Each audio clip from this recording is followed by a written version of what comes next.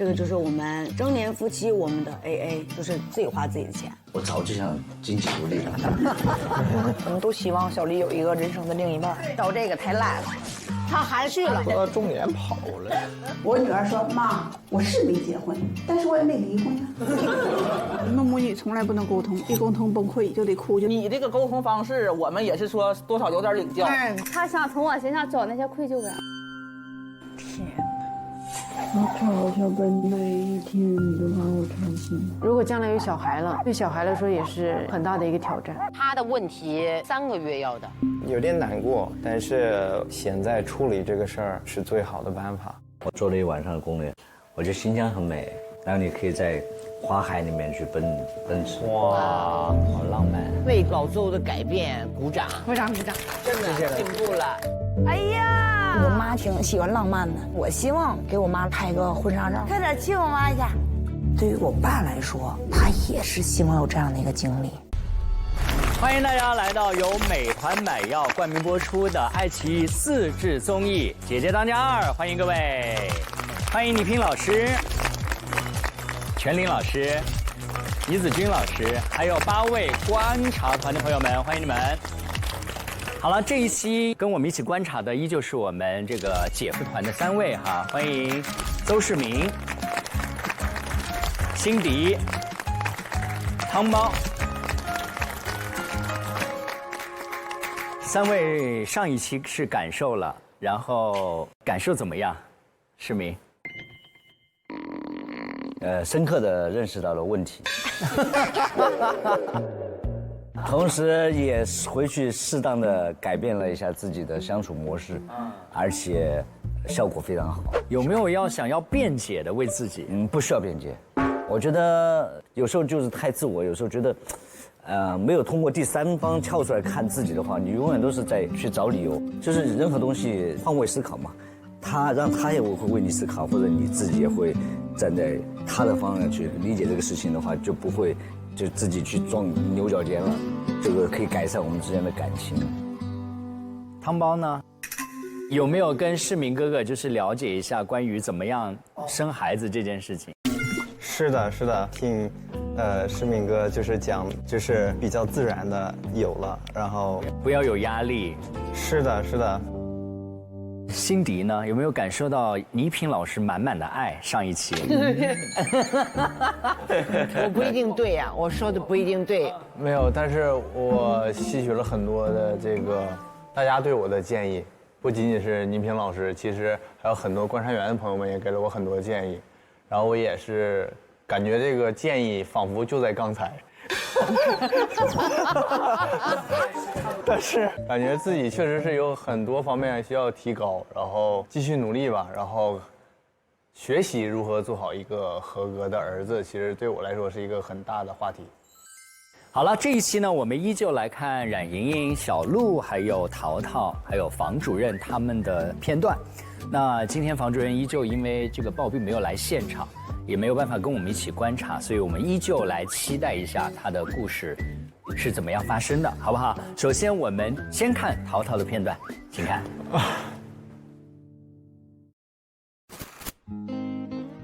你愿意嫁给我吗？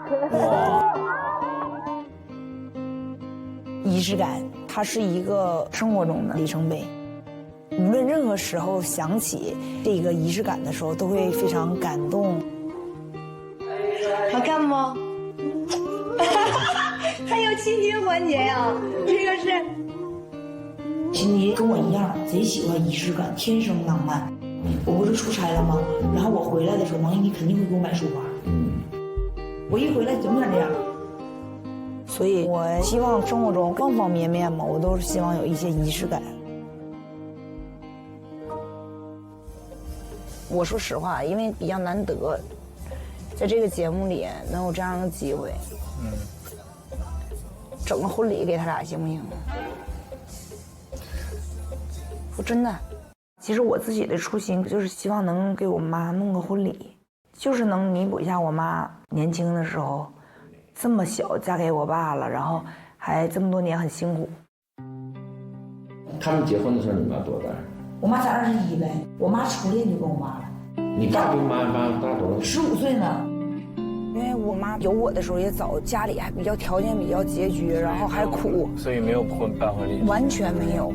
就是我妈，其实我特知道，就是她属于那种小公主型的，然后挺喜欢浪漫的，仪式感。但是她就是从小跟我爸一直吃苦，然后带着我走哪儿她去哪儿。说到这我都感动了，我都要哭了。所以就我也是作为女儿也好，作为一个女性也好，我感觉我希望整合我爸，给我妈来一场浪漫的婚礼，但这前提是得拍个婚纱照。明白。这件事是我爸能知道，我妈不能知道。我希望的是我爸给我妈准备一个惊喜。那你准备什么时候跟爸说呢？就咱俩商量一下嘛，就是这件事吧，它不是个小事儿，它不是说咱俩一拍脑门哈。我知道。现在去吗？我都怕他睡着了。没有。我给你拿笔拿纸，你看着吧。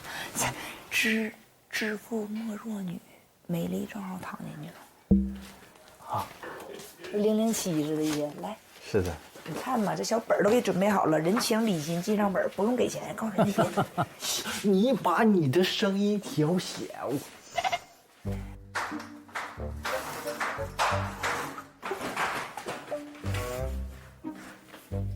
睡着了都，睡觉呢吧？你睡觉呢，有个老大的事了，找你聊还能聊不了？你说？今天就是我们3个密谋，帮助你，协助你制造一场婚礼给我妈。你说我妈跟着你，一辈子没穿过婚纱。你说每一个过去的岁月，你那些难熬的日子，对不对？吃的那些苦。 啊，烤羊肉串，他是不是也渴望有一场这样的婚礼？恶龙吐息呀！但是以前我有这个想法的，给他妈规划一场婚礼。我合计在75岁啊，没想到这次来的这么快。对这件事情，我们就以什么呢？拍全家福的这种情况，让他试婚纱了。你全程你都不要点他，也不要表现的你什么都知道，你就什么都不知道，就是跟随。我对他只有50%的信任，但是我一定要强调这个事儿的重要性，然后不断的去鞭策他。这是一场婚礼，我妈必须要蒙在鼓里，这些事儿保密工作做不了，白扯。现在呢，就是如果你要是感觉我们俩这个想法挺好，我们是你的好帮手，你就昂首挺胸的把头抬起来，我们三方进行击掌。你听着，我这有腱鞘炎，这个啊。啊，谢谢。慢点，真慢点。爸最喜欢干这种保密的事儿。对，他就保密去局长，是吧？啊，他不但是局长，他还爱写字，爱盘人。哎呀妈，你来了。 你干啥来了？吓的啊！你干啥来了？我来找你爸来了。哎呦我那脑墙睡，走上去玩手机去。走。妈，给我整个水袋吧，脚那么凉呢。啊，我都不是很舒服。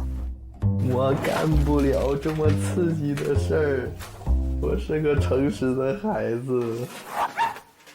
谍战片儿。告诉你们一个好消息。 也是通知你们一个消息，因为1年1度的520又到了，知道啥日子不？我爱你，我爱你，我爱你，不也是我们结婚日吗？哇哦！啊，心里肯定有啥表示的。不是，我想明天那个咱明天选衣服去，然后后天拍个全家福。 都衣服都挺多了，我不是这样，能穿这样的衣服吗？明天得穿漂亮的。我俩是想拍一个那个婚纱照，然后这样的话，我想着咱们都在。咱明天9点20出发，咱们先选衣服，大家选一选，全家福加上婚纱照一起拍，行吗？选啥衣服？婚纱照啊，婚纱呀。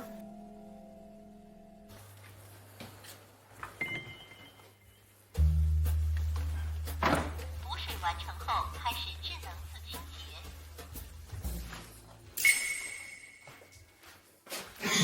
洁。整啥呢？没事。你跟那镜头肯定说我坏话呢。没有。你哼，没有才怪。我想给桃也准备个礼物。是准备什么事儿？我想明天拍照。今天既是美好的一天，又是美丽的一天。Hello， 这边。还是你的试衣间。这一家太有回忆了。当时就是坐在这，我们就在这试，咔咔咔试。看到你的婚纱了吗？啊，对，我看一眼，我那个。看一眼。还记得叫什么名字吧？叫啥我忘了。雪精灵。对。看到婚纱礼服的时候，就是一下把记忆都追溯到4年前了。现在看，我说实话也是最漂亮那套。一抹脸霜，脸上小肉都颤了。是有弹性，然后有弹性。你看没弹性了，没有胶原蛋白了。今天要化的什么妆啊？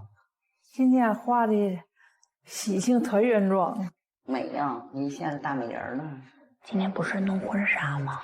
婚纱其实我妈是主角 ，OK， 然后对她全程不知道。哇，帅！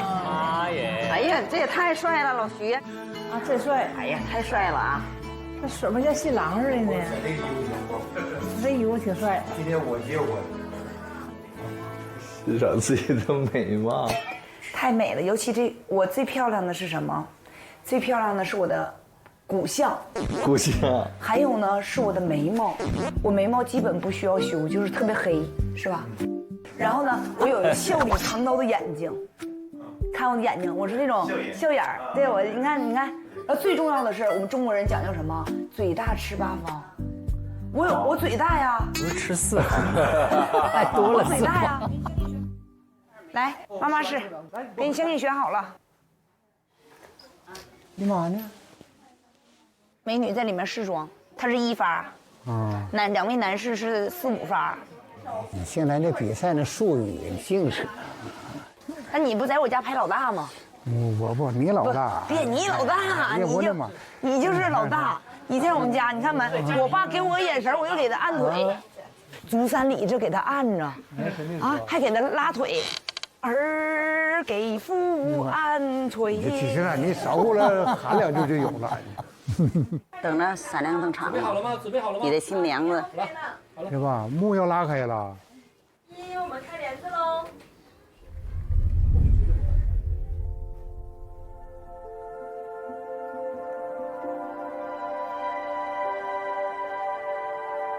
哇！哎呀，这笑的太漂亮了！亲爱的家人们，爱什么哟？太美了！哎呀，这你往这一站啊，谁敢往你旁边一站呢？这么大，啊，漂亮吗？太美了！你妈跟我没穿过婚纱。啊？哭了，我爸。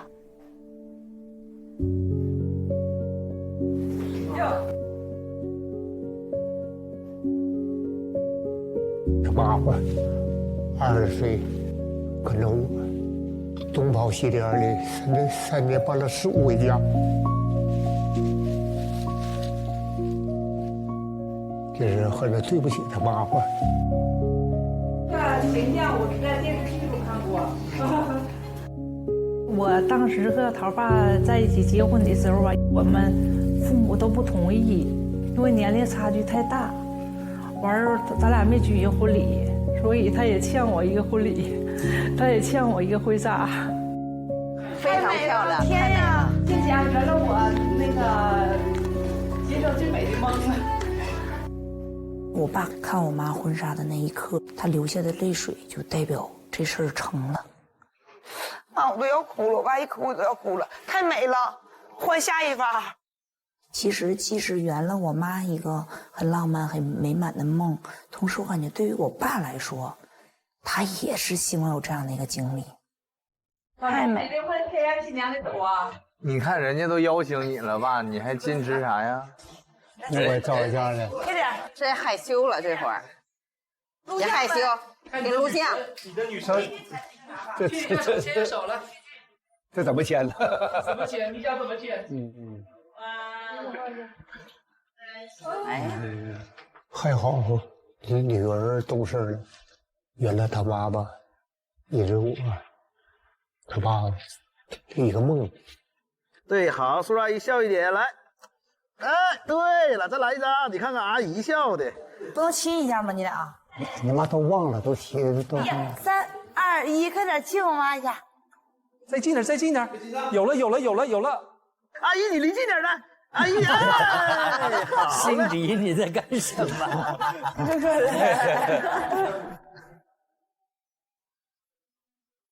我看见桃妈跟桃爸拍照的时候，在那一瞬间呢，我特别怕我妈在那会儿看到的时候感觉到孤独。阿姨不用太端着，自然一点，就垂来点就啊。看我阿姨来，哇，妈妈好漂亮。我不知道她是不是也渴望能这样去拍。对，你在这行，在后面搂着妈妈。对，我俩是很少有这种机会一起拍照的，所以在今天跟她拍照的时候，我其实还有点小窃喜，而且还正值母亲节，对我来说我感觉很宝贵也很珍贵。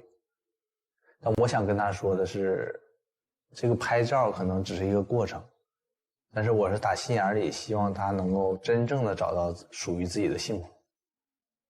这段时间的接触，我感觉我跟我儿子走得近了。我不像以前似的，我不敢跟他去说话。是那从我角度来说，我是要完完全全改变一下自己。我不想让孩子们不放心了。我现在需要让我儿子去看到妈妈的改变。来看这儿啊，来1、2、3，再来一张。哇，太幸福了吧！中式的动作我们也没怎么拍过。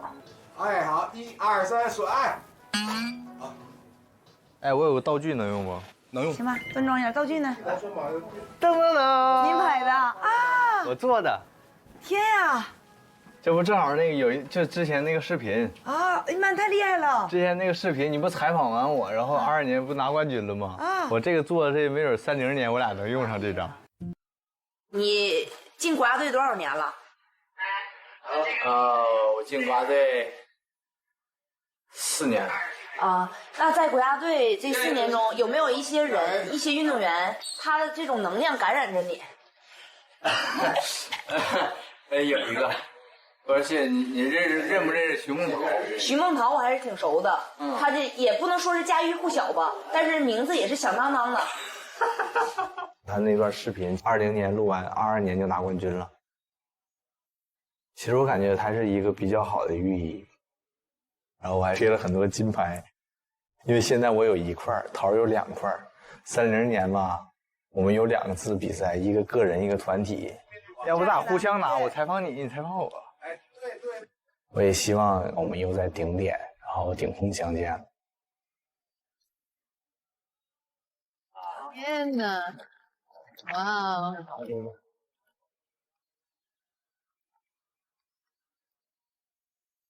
咱们一起共进个晚餐吧，好不好？2位母亲，好。等等，快看！哎呀，太好看了！哎呀，天哪，这进到花园里了吧？也太漂亮了！哎呦天哪，这还有照片呢！哎呀，天，这仪式感太足了，这也太幸福了吧！太感动了。该谁呀？感动了，看看这都谁？这行李箱啊，挺浪漫啊！再往前1步，这是真花啊！这是啊，这是我最喜欢的芍药花吗？母亲节快乐哦！要咱坐着，要不然我们先开心一下。那我们先送1份礼物，先送1份。还有礼物啊！今天惊喜不断，礼物连连。噔噔噔噔，这是送给你们2个的，然后这2个都是一样的。OK。爸，你现在别玩手机了。这啥时候啊？惊喜不断，还在那看手机？今天是母亲节，与我们有什么？你可得了，没有伟大的母亲，你自己能生出来我呀？话说反了吧？这个是那个永生花。哇，应该是2个颜色，太好看了，漂亮。噔噔噔，正好跟衣服都配上颜色了。喜欢吗？喜欢。哎呦，太好了！吃饭，吃饭，吃饭。Delicious。女儿，咱俩碰一下呗。世界上再好的礼物是你。妈呀，妈呀，感动的。今天这杯酒我敬我儿子。哎，不能这么说，不能那么说。敬什么儿子啊？敬什么儿子？敬你。母亲节快乐。然后希望你别老感谢，你感谢我干啥呀？我干都应该的，你老感谢我。我就建议你吧，多回归我们这个团队。这个团队当中呢，永远有你的一席之地。这话说得好，知道吧？你是在这个团队当中不可被替代的一个位置，所以不要老搁秦皇岛自己待着，要时不时的回来跟我们集合。有啥事儿呢，多跟我们两个说。有事儿先找我，我不行了我报上级，上级也办不了的事儿，咱就不办了。但是有一点，这个家有一个特例，就是可以越级。是可以越开我。不是，我就记住这句话了，可以越级，可以越级，可以越级，可以越级。来，上第2份礼物，一个。哎呀，一会儿去求礼物，一会儿去求礼物。我手上这个我给大家介绍一下。介绍了。这手上呢，其实是我给你们2个写的贺卡。这其实也是我第一次很认真的写这个贺卡。你第一次给你母亲、给你妈写贺卡呀？不能吧？如果是呢吧？如果是那就不行了。那咋不行呢？这是好的开始。我以前呢可能是写过短信，但是贺卡呢我平时是不会写的，是为什么呢？因为我感觉写这种贺卡吧，它需要非常的用心。这份是给我妈的，这份是美丽的。老妈节日快乐！不知道这是不是我第一次给您写贺卡？独立、自主，一直是您的保护色。但我想说，家人永远是您可以依赖的港湾，我们一直爱您。祝老妈母亲节快乐！我一直认为我妈她没有表面表现的那么坚强，其实她还是有她小女人的那一面。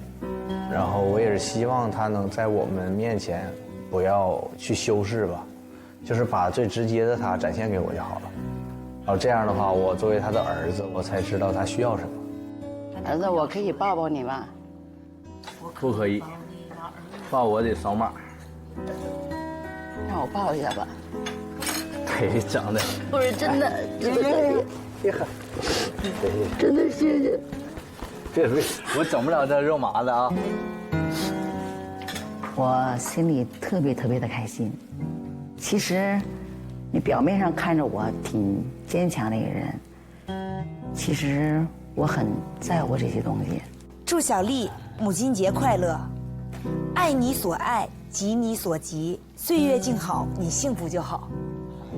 桃子2026 5月10日，谢谢桃子，比心，请坐，比心请坐。祝美丽妈妈母亲节快乐！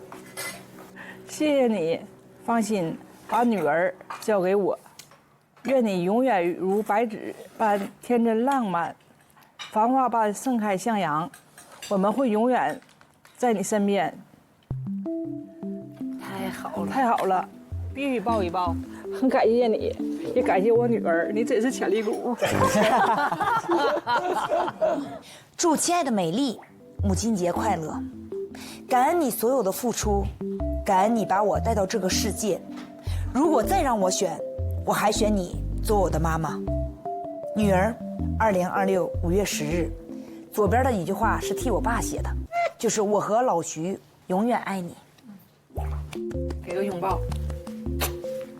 平时母亲节总发红包，发红包吧，我感觉没有这种效果好。以后不发红包了，写贺卡吧。我喜欢红包。点你了。父亲节给你发红包吧。我爸吓得，您可别千万通过今天这场母亲节，把下一次父亲节给换成贺卡了。其实我还有一份礼物。还有一份。我去拿出来。还有礼物啊？这礼物，这份礼物是给我们当家的啊，我有未来妈妈的呢。没有，是因为这是我的。对，是这一段时间辛苦了，太辛苦了。然后也是给你一份礼物，好吗？你喜不喜欢？妈妈能抱一下你吗？抱一下吧。哇，你送我1张粉哦，好甜蜜啊！因为确实桃为我做了很多，往常母亲节我在训练就没有办法一起过，然后桃就会提前的给小丽订花，当然我也会给桃妈去订，但是桃每次都先我一步，就是说她一直在考虑这件事情，所以给桃其实也准备个礼物，因为毕竟是女孩嘛，虽然没有当母亲，但怕她有点失落。哎呀，太喜欢了，还有我的呢，你咋运来的？那你就别管，你自己拎来一趟了？也没有。你邮到这儿的？别猜了，别猜了。不是，我感觉跟这个结果相比，我更喜欢听这个过程。不告诉你，我想干的事儿都能干成。我看今天几号？10号，过2天去那哪儿？我跟辛迪去跟我婆婆回秦皇岛。因为那个老房子我不也没去过吗？其实也惦记呢。2呢也是想嘛，看看你身边那些阿姨啥的，有的不也跟你特别近吗？大家都见一见，然后再加上我们自己再看看有什么这个新的好的动机。又要催婚了。来秦皇岛，一是陪伴嘛，2就是看看他生活的朋友圈，我们认识一下，还有这个爱情的周边到底有没有这个合适的人选。3条线吧。首先就是那个几个比较靠谱的他的阿姨，在他身边帮他寻觅。然后另一方面呢，我们可能就依赖这种大一些的平台。然后第3呢，可能就是如果我妈不好意思的话，我没事我好意思。哎，我没有人比我还积极的了，在这自己给自己找父亲。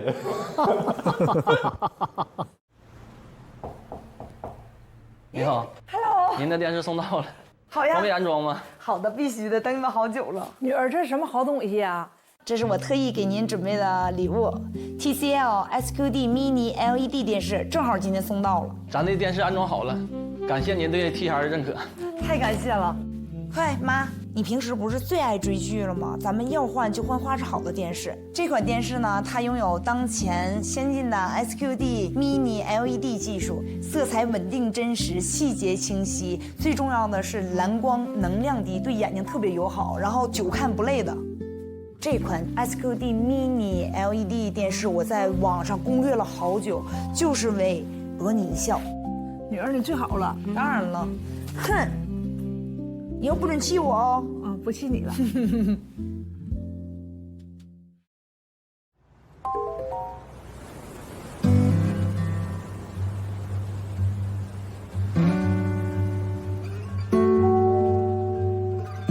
哎，来了吧？哎，燕儿爷，坐这儿吃，赶紧坐这儿，赶紧坐那儿。来呀，迪哥。下鲍鱼呢？今天这都是小丽最好的2个朋友。之前小丽是因为啥1月份住院了？她上次心脏怎么的？心脏嘛，血压也高。26年的1月份，是我最害怕的时候，那时间的血压已经达到最高166了。我天天在给我的闺蜜在发信息，让他们来我家里陪我，因为我很害怕，因为我的体压计就检查表就在我的床边，但我不敢去测它。是没跟辛迪讲？没有，没跟辛迪说过，因为那段时间一直在辛迪在备战。那阵可能我们正比赛呢，不知道在国外比赛呢。哎，条子来，哟，还好，妈呀，好不好？什么看多完整，点里给我包的。哎呦，太厉害！我是懒得包这玩意儿吃。你要有个人给你，男人，男人包也不爱吃，但是我儿子也包，我肯定吃。给你了吗？还有肉，试试。我不会包这玩意儿。迪哥整啥去了？哎呦我包鲍鱼去了。迪哥说了，迪哥支持小丽那啥，其实我们都支持，我们都希望小丽有一个人生的另一半，这是实话。又开始了。你希望还不希望？这个东西啊，它是随缘，对呀，不去强求它。啊，对呀。什么东西就是啥呀？如果有缘分到，自然而然会，自然而然都不用去想。首先你有没有想？这个东西不是说你下没下订单？不是说想不想这玩意儿啊，我。但是小丽刚才说了一句话啊，我听进心里了。他说这玩意儿不是想不想，是靠缘分，这就说明他心里想。对，就这么认为行吗？我觉得不是，我认为你想不想？我现在就问你一个问题：想，干嘛不好好享受后半生？有病的时候，我确实想过这个问题，对不对？那咱就是说，如果说是我身边但凡有一个人，高姐我不会找你，能理解，对不对？这个东西就是啥，我不认为吗？那想就是想呗，你有啥害羞的？干嘛？干嘛？辣的我够呛。说到重点跑了。其实我现在还暂时不想考虑，因为我觉得我的生活，我需要靠的是我自己，暂时还不需要所谓的那个生活伴侣吧。如果说他们有这份心，你接受吗？我可能会接受，是吧？嗯，因为孩子们对我的那份心是爱，我也不想因为我个人的一种自私，而去给孩子们添上任何的麻烦。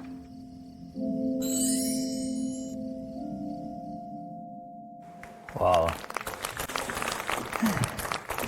好温暖的一段啊！但是其实最后一句话我没听懂，所以他到底是想结婚自私还是不想结婚自私？就是他不想给你们添的麻烦，到底是什么麻烦？我没有特别听懂最后一句话。其实我也没听懂，因为这就是我们之间总遇到的问题，就是他的表达既要又要又不想要。所以我感觉他表达完以后，这是什么？他想嘛，他想，但也不抵触，但是他不知道自己想要什么样的。所以我感觉他可以遇到一下就是不一样的男生去交流和沟通，做朋友也 OK 的。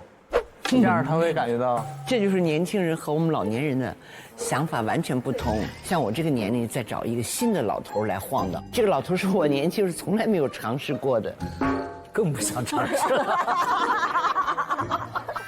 所以现在我觉得这个事儿，你不信你放一放，以另外一种爱表达。我也特别建议你，真不如先给拿一份钱，请一个跟他年龄相当或者比他年轻一点的阿姨，照顾他的生活，每天带着去锻炼，可别让老头轻易来搅和。怎么就变成来搅和了？好了，那问一下子君老师哈。子君老师听得已经老头老太太的恋爱真是好折磨呀，感觉啊。这个对于辛迪这样的家庭，你有什么建议？就是可以帮助他们跟这种单亲独居父母的相处和沟通。你不用指望他像倪萍姐姐这么的会表达，这么清楚。你呢可以用问的问题，让他回答是或者是不是的方式，把他的心思搞清楚。这叫封闭式的问题。那个倪萍姐姐的表达叫开放式的沟通，我叫胡说式的，完全凭感情。所以你们俩这边的沟通都是顺畅的，对吗？就是不顺畅，就是你刚才这个聊天就是很顺畅的呀，就是怎么到你这儿就会觉得不顺畅呢？就是不顺畅啊！你看，就像这个事情的时候，他在表达，他要完了以后，他也不知道这是不是他想要的。他肯定知道，他只是不爱表达，不想给你负担。所以辛迪他也没做错啊，没说他错呀。他也觉得他理解到他妈妈的感受，想要什么，所以他才会提出来说，如果妈妈你真的需要，我可以。他妈妈一辈子都不会说我要什么，我需要什么，他妈妈一辈子都不会说。方法千万个，你这种方法对我们这一溜人都管用，但对你妈不管用。我是期待回馈的，就有的时候我总感觉使很大劲儿，但是打在棉花上，就是那种没有顺畅的那种，把自己的心底的最痛苦或者最甜蜜的那面，痛痛快快的翻出来，宣泄出来，对，宣泄出来。你哪怕像那个打雷啊、下雨啊，他没有，他永远是在毛毛细雨。他妈妈好像就是情感没有出口，然后呢，他对妈妈的爱没有一个着力点。对对对，你妈妈可能是那种就是我们说配得感不是特别强的人，就她没有办法很主动的表达自己喜欢。就是啊，你没看被爱被宠的人都特别猖狂，哎，很激进的，就是因为得到的爱特别少。你应该给你妈更多的爱，已经很多了，孩子，我不是指责你，我是着急。明白。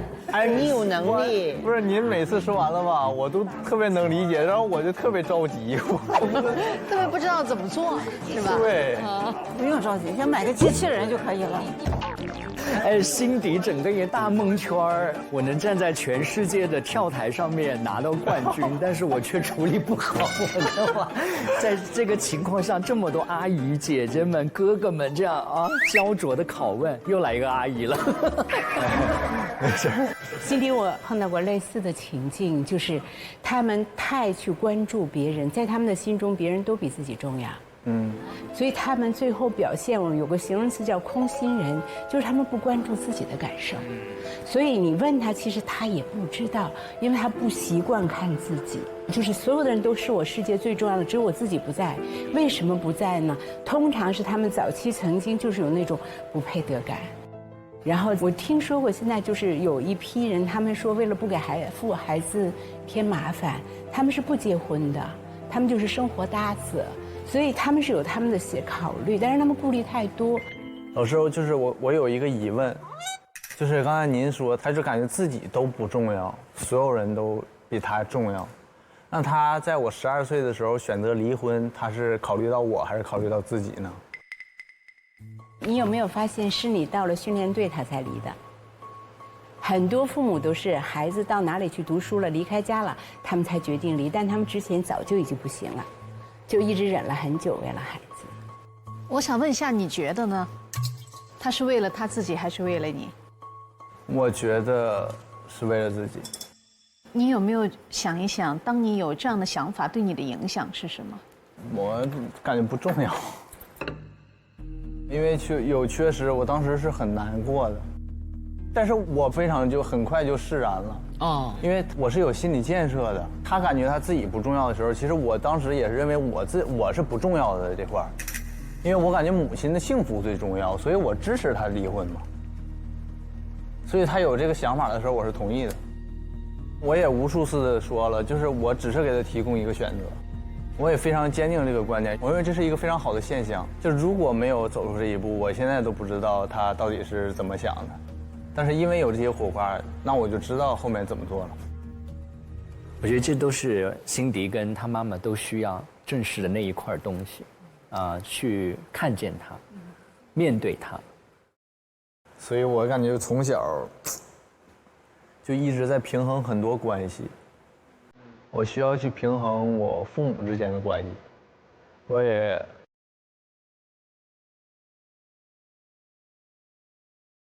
需要平衡那个我妈妈跟我奶奶之间的关系，我也要平衡我姥姥可能不喜欢我爸爸之间的这种关系。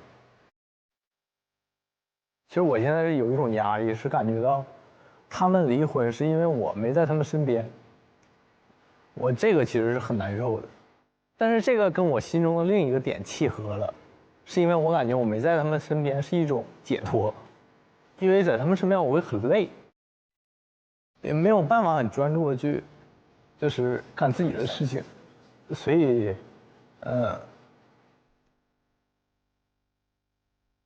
所以好多自责还是。对，他其实是把离婚这个事儿归罪于自己，这是非常多的孩子会这样，对，就是想表达就这些。辛迪，你已经特别好了，真的超过99.9999%的儿子。就是很多男孩长大之后，他跟自己的父母是无话可聊的，而你还在想方设法的去确定你母亲的想法。就是我觉得可能咱们是不是放轻松一点，或者说他愿意跟桃说，跟闺蜜说，我们再去间接的了解，我觉得也是一样的。他可能跟女性沟通更加舒服一点。我作为一个就是有儿子的妈妈啊，我特别是想跟你说，大人的问题肯定不是你的问题。对我们妈妈来说，我们的生活里面其实是很丰富多彩的。假如我有一个世界冠军的儿子，什么老头什么，我根本不需要，这已经是我人生最大的幸福了，我超级幸福，超级开心。我跟你讲，很有可能半夜都是会笑醒的那种程度。我还想说一个话，就是你跟你妈妈之间，你做回儿子，你能理解我在说什么吗？我能理解。有时候多一个娃，所有问题都解决了。但这个不是最近是解决不了的吗？他不是，你们理解错了。子君老师说让他在他妈妈面前做回儿子，不是让他做个孙子出来。我觉得子君老师给你的那个方法，就是给12岁的自己写一封信，我觉得可能是非常有用，因为我们现在看到你身体里真的有2个你。有31岁已经拿过世界冠军，沉迷于现在的幸福家庭，就是非常成熟、非常会为别人想的心地。然后你身体里其实还活着一个12岁的你，它不是你的过去，此刻还在你的身体里。就那个12岁的你，愤怒、迷茫，不知道为什么会变成这样。然后你需要用31岁此刻的你去治愈12岁那个愤怒的你。花一点点时间跟过去的自己对对话，我觉得很好。掌声，假装拥抱一下他。你还假装真的拥抱？是很想过去拥抱，但是隔得太远了。比个心，比个心，扫个码。好了，我们来看看这一段的热聊话题：离婚妈妈的真实需求是什么？父母拒绝时，子女如何区分客气与真心？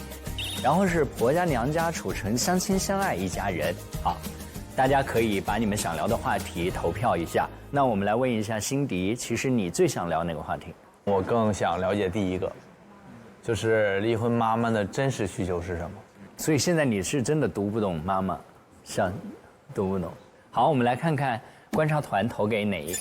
好，果不其然，跟辛迪想聊的是一样的，离婚妈妈的真实需求。我们也欢迎网上的朋友跟我们一起热烈的探讨，好不好？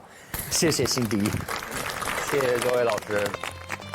好了，同时呢，我们也联动微博，同步发起了即时议题投票活动。打开微博搜索这个话题"姐姐当家2全民观察团"这个话题的活动，就可以和我们一起投票来表达你对这些讨论题目的态度。那上微博"一起当家"，一起聊。好了，接下来我们来看看第2段房主任的 VCR， 请看。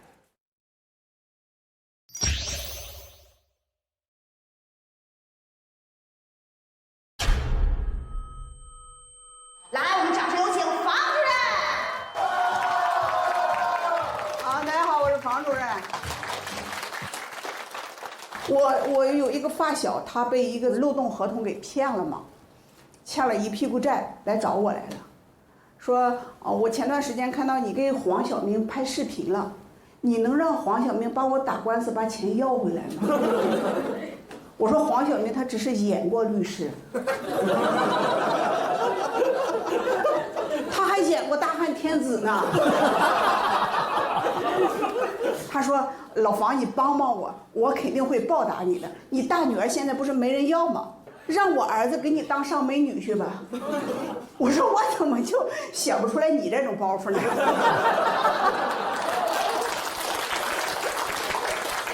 讲到说，我有2个女儿嘛，老大今年30了，母胎单身。老二今年17了，高中早恋，该谈他不谈，不该谈乱谈。老大考编6年没上岸，妈还在水里泡着呢。我说闺女，换个男强壮的，找个好的嫁了吧。我女儿说妈，你看问题要全面，我是没结婚，但是我也没离婚呀。我同学都离了3次了，他妈老上火了。我说闺女，没看全面的是你吧？人家都收了3次彩礼了。你在沈阳的生活是怎样的？我回沈阳睡觉休息，然后其余就是写稿、开会、上开放麦。谢谢你们来。我不上开放麦、不演出的话，我就在这个行业里的话就会焦虑，就感觉别人会写出比我更好的东西来，我会被别人给超过了那种。就是这个行业好像是会让你焦虑。有点职业病了。嗯，有点，不是很严重。完了，腿演不了了啊，站不住了，坐吧，讲不了了都。这老太太咋整？身体状况就是那个胃减重手术还在恢复期嘛。其实目前来说，膝盖也是蛮严重的。我去了骨科医院看了一下，他说没有太好的保守治疗的方法，就是得做置换。我没想到今天腿这么厉害，可能有点太累了。现在对我来说，一个靠站着给大家表演的人来说，确实是一个很痛苦的事情。我在上海5天跑了20场，哎呦，太累了。5天20场，1天得4场，平均1天4场。有时候我好不容易回到家了，孩子过来说妈妈怎么，会跟我聊一些天儿。我说有事咱就说事儿，没事赶紧回去睡觉。其实我更想的是，你要理我在外面有多累，我在外面有多烦。女儿们能理解你吗？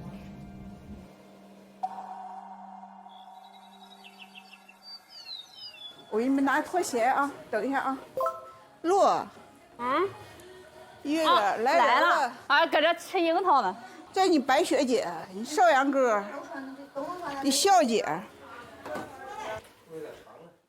老二多大？18了。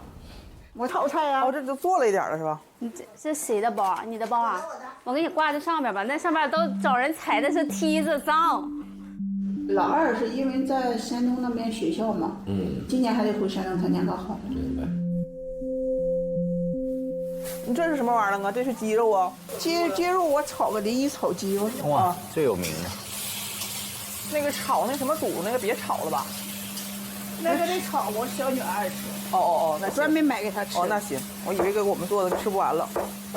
说你收拾挪，我说挪呀。还在那边行，够了，哎，不用挪，再往这边往回来点就行。要那个过不去。大女儿呢？大女儿啥情况呢？大女儿就是去年，去到沈阳以后也没有什么合适的工作。我说要不然你继续去辅导班当老师呢？她也不想再做老师了。她原来是老师。对。大女儿多大？30岁了。担心吗？怎么没担心呀？我也挺矛盾的。我一边想着她给我这么多年吃了这么多年苦，其实心里其实还蛮心疼的。我有时候自己劝自己让她休息几年，一边又害怕她跟社会脱节。铝锅受热快，你看这一收。其实我也不是需要她做出像谁那么优秀，不是。我希望她有一个非常好的跟别人打交道的人际的关系交往，情商高，给大家有边界感，情绪稳定。行了，我得歇会儿了，我腿不行了。坐吧，你的宝座。我得坐下。多少个菜了？6个菜啊。这蛋糕买的有点小了，就过于小。你也没跟我说来几个人，问你啥你就说4点到5点定。我就定个12寸或者8寸的。没跟我说呀，什么都不跟我说呀，天天啥也不说，我上哪知道这个人来？够用，谁也能吃不了多少小蛋糕，齁甜呢。天天啥也不跟我沟通。不吃太甜，意思一口就行了。来啊，再吃点。来呀，宝贝儿，吃饭了。晚上干嘛？你吃你呀。等一下，大家还没来呢，你就在这吃着。我饿死了，你打我吗？那放那边吧，都，我这够用。坐呀。你不也吃了吗？我尝尝黄瓜好不好吃？那我也尝尝呀。快可怜的，尝尝破黄瓜。今天为这个我闺女18岁生日，正式成人了。成人礼。哥，你喝点可乐吗？我喝，行，谢谢。闺女今天的生日礼物还在路上，周深的演唱会门票那场。厉害。哦，厉害。最近沈阳演会不少。这个生日礼物满意不？完了，不咋开心呢。你18岁成年了啊！从今天开始，你做任何事自己得负责了，就是法律上你都有刑事责任了。那这哎呀，整形事干啥？你这不人过个生日，你就整这么严重的事？你今天也有选举权了，马上老家也给你选举权。叉子在那。就是我现在看我2个孩子，我小女儿不愿意露脸，不愿意出现在别人面前，就像我带她那么大的时候，我给她是一模一样的。我也是个大爱人。我大女儿哇哇的说，然后我老师提醒她，我说别这个别那个，我想让他们变好，但是依然解决不了这些问题。老房今年有啥期待对咱女儿啊？我期待啥？我就期待他俩能开心。你要真能那么想，那就少不上跑腿。对呀，所以说他现在上不上班，我说谁呢？你说我干嘛呢？这不他生日吗？他说今年愿望希望你俩开心。那就演唱会门票弄到，他就很开心啊。买。白哥，你回家给你爸妈沟通，你有问题吗？沟通反正没啥太大问题，我基本上我跟我爸不怎么聊天。那这就没问题啊。那你家呢？你最接近我了，你上有老下有小了。我觉得就是不能藏着，就是母女之间，她经常有那种我为你好，你为我好的心态嘛，然后又不说，但是又希望对方懂。然后如果对方不懂，你就会崩溃，但这个是不合理的。我现在跟他俩都是。从来我们母女从来不能沟通，一沟通崩溃就得哭，就得你这个沟通方式，我们也是说多少有点领教。我还觉得我可委屈了呢。其实不是，是吧？但挺多余，其实我还挺多余。我说我都快要累死了，我在外面。你说我要有这个妈天天拼命在外面给我挣钱，回家你说我不得天天老关心了？回家我就不。这种是不是就是那种这种什么教育啦？愧疚式教育。不是，我觉得我要站在女儿的角度是，如果现在没有他俩，你干不干？我肯定不拼这个命啊！你只是不使劲拼，但你还会拼。他想从我身上找那些愧疚感。天哪！你觉得他什么样的方式关心你，你能准确接收到？给他妈你。我不缺钱。他像是给别人妈的时候。就是我每天回家啥的，他都等着我，想着给我烧口水的，就吃点啥。没迎接你吗？半夜没你起来迎接你吗？啥时候呀？啊，鞋我天天给刷，那那个屋喊的，我那个屋喊完，我说起来吃饭吧，那个屋喊，这个屋喊完，那个屋喊，我天天。不是，你没喊过我啊？我拿一个例子，你有听到我躺在时候我吼叫的，我说你别拌了，他每回都这样拌一堆菜。所以我一要帮点忙，上二边你能帮什么忙？你能帮什么忙？上二边去啊！然后做完了累得要死，说，哎，我拌了一桌子菜，你俩没一个出来帮忙的，无解，这种问题无解，我跟你说，无解。你再怎么着，你小时候我对你也比你姥姥对我好。这又开始比了，我的天，又开始比了。我挣的所有的积蓄全给我娘家贴补了吗？一分没给我。他从小对我是这样说的，我其实就是说，我从这个家没走，都是为了你，都是为了你。我长大之后就对他说了一句话，我说你不是为了我，你是为了你自己，因为他没有退路。那他就不乐意了。我大学的时候我就反过味来了，我小时候我一直觉得很愧疚。那就讲哭了，不来说了，你给他们诉苦去吧，我不来说了。你说过那话以后，我再也没说过，我都是为了你。我也没再说过呀。哎，这好日子来了，咋还？你还算旧账了呗？还好日子。他吧，他这些年这个委屈，他一直没抚平，你知道吧？吃饱了，吃饱了上边玩。那他这个节，他到底怎么才能？这边如果一直有这个委屈感，那你也是过不好，然后要不然躺床上也没法处理这个关系。哦，去刷牙去。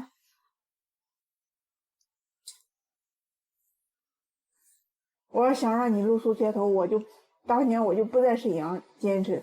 别人不知道我跟白哥住宿舍，你知道我挨多少人恨的。白哥，你说谁不刺到我两句？在剧场，大大小小的小孩，谁不刺到你几句？我为什么在那种情况下我还得坚持，咬牙坚持？不是他这种委屈感，就是对他女儿来讲也挺沉重的。我也知道你是为了我，但是你如果每天都在告诉我你是为了我的话，我也挺难受的。这个人生失败的前段人生吧，我也不能说你整个人生，因为一半原因你讲讲，第二个因为我爸，我就这么说，你明白了吧？然后再是我，然后再我。闺女，你也不要这样来挤兑我，有一天你也会跟我一样。我希望你，我等我挂墙上那天。你那样话我都听够了，别给我对我说，别对我说。我嘴里说老大，其实我是担忧他。我这么拼命，也不就是为了给他托底吗？但是人终究是要靠自己的嘛。我想让他要懂得，永远自己才是自己，得靠自己嘛。所以说，我也知道你受了那么多委屈，你现在在家里干啥也好，唯一焦虑的就是你跟这个社会脱节。我就让你愿意休息多久休息多久。今天就是诉苦大会，你要把我都给哭出来了。哎呀，你别让那个客人在这尴尬为难行不行？他还不知道咋安慰。那这事儿确实你妈确实困扰他挺长时间了。困扰他也不能怨我呀，他妈不能把所有的怒气发在我身上呀。我不是发泄在你身上，那你现在不就在埋怨我吗？我就觉得是在埋怨我。我是想好好跟你沟通，你对你妈有怨气吗？那肯定有啊，我只是不想说罢了。你会不会就是在你那个午夜梦回的时候，你想我妈怎么？那是我大学的时候，他知道我大学的时候曾经发过很长很长的文字埋怨他。现在会有吗？现在我就觉得是自己性格原因，我都这么大了，我不能再埋怨他了呀，没用啊，改变不了啊。对自己现在的差强人意吧。为什么？因为我觉得自己好像过得也不是那么有目标，就像我之前那样，一直就浑浑噩噩的过着。其实我现在不想当辅导班老师的原因，一方面是要应付各式各样的家长跟学生，我感觉真的有点力不从心，而且就感觉我这个人的性格吧，非常敏感那种性格，就像我妈说的，我也很自卑。我知道孩子为什么，我知道是什么原因造成他们今天这样，其实就是一个家庭里一个父亲角色，一个保护你的人的角色的缺失，导致孩子自卑、敏感，然后不愿意表达，就是没有自信嘛。我也知道问题出在是什么样，但是依然改变不了，这让我特别痛苦。我就是小时候在娘家，我爸情商特别低，我一直被村里小孩霸凌，我们家一直被欺负。后来好不容易等我两个哥哥长大了，我们家在村里不被欺负了，哎，嫁个老公，又是那样的，等于我的命运又回去了。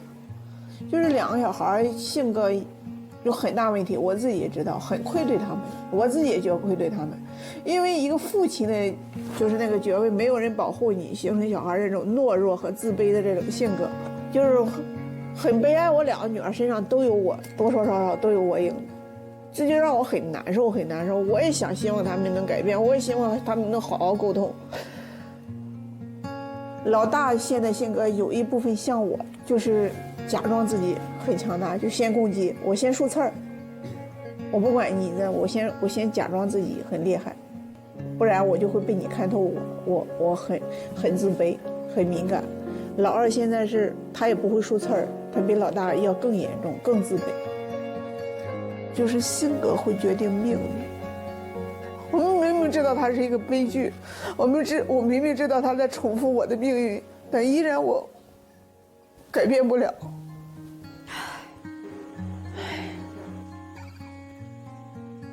我其实不是说我女儿那个，我想让我女儿变得比我好，不管是情商啊，什么她的学习的进度。改变不了了，谁会改变？都30岁了，怎么改变？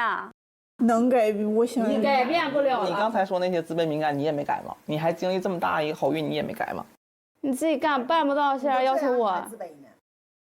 你有点操心太过了，说实话。其实就是担心他以后就是他这种性格很正常，没有什么特别不正常的。然后他们会有他们自己的选择和自己的人生，不是你想一下就糟了。那你从他进屋到现在，你没发现你发现他俩有啥问题吗？跟人？哎呀，我这个天！我唯一发现的问题就是他跟你挺像。对。这说对了，但是你这个性格没影响你任何，你的敏感让你对这个喜剧有更多的敏感，对生活有更多的观察，然后你才有了你今天的你。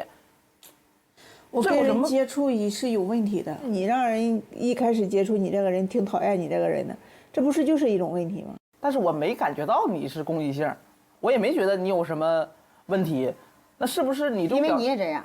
那你要说，那你觉得我也这样？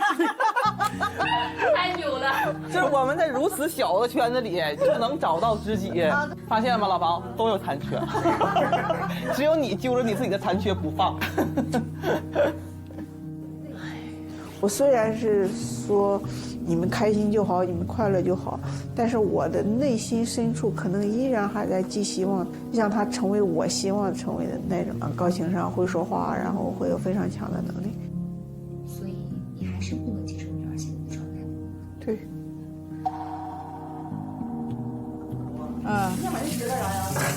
你付出100多条鱼命，这没学会啊。这种小鱼在这缸里一条两条不好看。对，就得买成批有附着有全是的。他的小鱼在缸里，都是100多。第一天就淘汰一半儿。嗯。你这扔那边，扔那瓶也不好使啊。哇，好沉重的一段晚餐对谈哈。大家看完这段晚餐之后啊，觉得房主任跟他2个女儿之间，就是沟通或者说最大的问题是什么？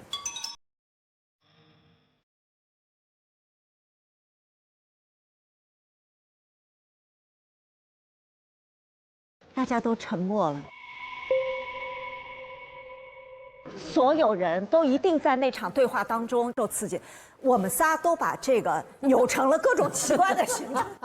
就在这一段 VCR 之前，它都是一个区别针，然后我们一边看，我们肯定特别焦虑，也不知道怎么办。我们3个人都把它扭成了莫名其妙的形状。不知道该聊什么，因为别人的苦难，我们没有办法去无能为力的感觉。无能为力。你看他前面在舞台上啊，至少有几个段子、几个包袱，让我们真的还笑出声来了。他可能把所有能笑的都全部都逼出来，写在纸上。然后他的生活里不太善于表达快乐的部分，或者是在舞台上的他就可以不用考虑到生活的这些难，因为舞台上的他不用面对现实，只用面对观众，或者观众给的那个是一个其实很虚无的光环、掌声啊，给你的喜欢啊。可是你看，回到家里门一关，好现实。你们注意到没有？就这餐晚餐主题是女儿的18岁生日。对，2女儿一句话都没有说过。就是整个就不快乐，是吧？这个现场，你想那3个客人坐那儿也不快乐，是吧？对，变成他的诉苦大会了那种的。就是他们之间没有一句是欣赏和赞美对方的话。对，第一个，我多不容易啊，都是为了你。我从小就特别不容易，我现在还不容易，大小孩都能说我一下。然后呢，我都是为你好，是吧？这是。然后第3个是什么？就是我担忧你。我担忧你也是另外一种形式的否定啊。哎，那你们不觉得房主任这个家里太不正常了吗？是啊，刚才我同意他说的那点特别对。房主任之所以在一天演4场，在他那虚幻当中先过一天再一天，回到家里来一地鸡毛，可不是一地鸡毛，刀刀见血。作为母亲，你真的，你的过去的历史你没有错，不是你的错。你带着他们走出来，任何一个懂得感恩的女儿都想，我妈经历这么多的苦难，把我们从大家都看到那个破房子当中那个生活环境带到了，也看到了沈阳那个大城市，生活环境改变了，不知道要好多少倍，就是房主任给的太多，往身上拉着自己可能整天在女儿面前说，都是因为我没让你们的童年幸福，都是因为我，不是因为你。但是他女儿一直在说一句话，我不想听了，我听了很多次了。我们可想而知，他从可能5岁6岁醒世的时候，这句话每天可能得重复3遍，一直重复了，可能上万遍，可能是常态了，他已经无所谓了，麻木了。对，但是我现在呢，你想想几年前的脱口秀，他妈妈第一次出来，2个女儿记得吧，还在那儿啊这样，就是当时的欢呼和现在我们看到2个孩子突然变成另外2个孩子了，这里边一定有故事。老大这是怎么了？太不合乎常规了，正常的人啊都不会这么不懂事儿，面子都过不去。我跟你讲，就是诉苦诉太多了。你看，他说我上大学的时候，我突然回过味儿来，原来这一切并不是我造成的。但是在我从小到大，我妈最爱说的，要不是因为你们，我早就离了。就是孩子的那个时候的心理状态，是因为我才造成的，你才不信。然后等我长大了，我才发现啊，真相根本不是这样的，不是我给你造成苦难，那你为什么一直对我诉苦？好像这一切都是我造成的。逆反心理来了。所以我要反抗，我也要活。我可能没有经历你那么多苦难，但是我也非常的敏感。你都这么成功了，你还在诉苦，那我不行了，我就爆炸了。他女儿没有机会发声，好不容易有这么机会，那我就使劲。对，我就把我最丑恶的一面暴露出来。他其实比房主任有勇气，房主任还是要像那个破旧的留声机，来回的反复的就是诉说他的苦难。因为你想，这个家里就一直在耗费能量，房主任自己还能出去演个出，在外面充点能。对对对，那俩女儿上哪儿充能去啊？对，小女儿好可怜啊，一句话都不说。我想他女儿肯定将来会看咱们的节目哈，哎，只因为很想跟他说哈，无论你们受了什么委屈，这个母亲是目前你特别值得基本的尊重。是。你都不尊重，社会上未来会唾弃你母亲的，而且这种唾弃是你母亲的脱口秀会倍加费力。而且我还想告诉这2个女儿，不管你承不承认，现在就是你妈在养活着你们。你要说她是为了她自己哈，我不相信。这个肉体的痛苦，瘸着腿、肿着腿，走不了路。上舞台有多么快乐，这是违反人性的。那他为什么还得咬着牙走4场？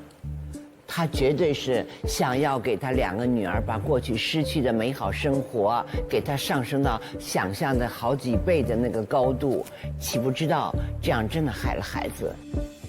我现在觉得他们3个人都要翻篇儿，你知道吗？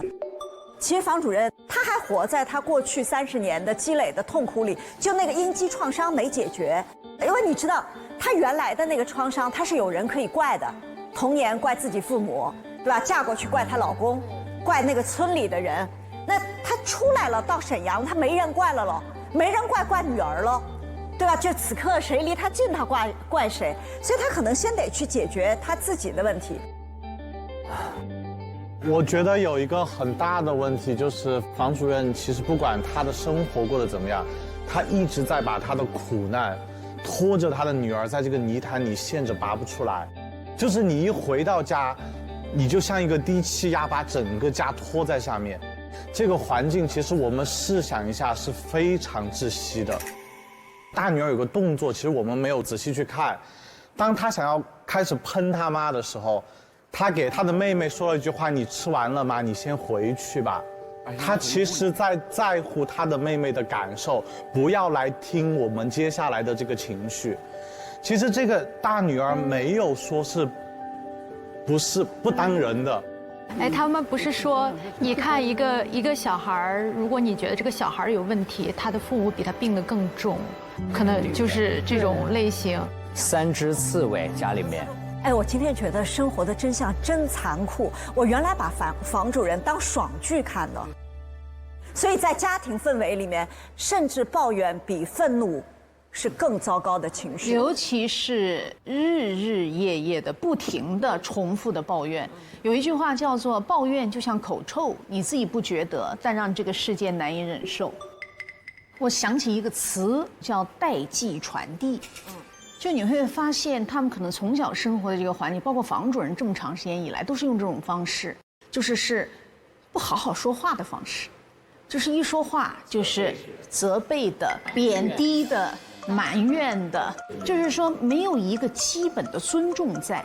我怎么让你难受，我怎么说，以恶制恶的这种方式，所以他的孩子就没有办法习得说好好说话这件事儿。然后怎么办？其实我们可以做一个形式上的一个约定，比如说我们就放一个罐子，这个罐子就叫抱怨罐。今天我们都对着他抱怨，哈，时间是多少？30分钟，所有人都抱怨，你抱怨你妈，你抱怨你闺女，反正都好，停了，咱们结束，干个别的。倪老师他家目前这个关系哈，连达成这么一个做法哈，第一他妈要提出说咱们做这么个，马上两人女儿会把他骂一顿。第二，你这样把罐子摆的，他女儿能拿起来，咵摔了，少弄这一套。也有他家已经到了这份上了。对。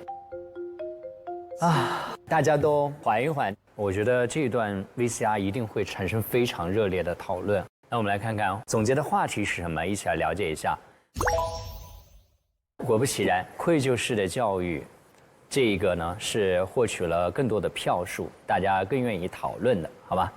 我希望大家讨论各种话题的时候都嘴下留情，尤其要对房主任、对他2个女儿都要有善意，保护他们。我是因为对房主任特别有感情，特别喜欢他的脱口秀。您肯定说的是对，因为你说的非常中肯了。因为其实铺在网上，千人千面，一定会有各种各样的声音。当然，我希望这样的就是骂的声音少一点。我建议讨论的时候，我们只出主意，而少点责怪他们，因为对他们来说已经很不容易了。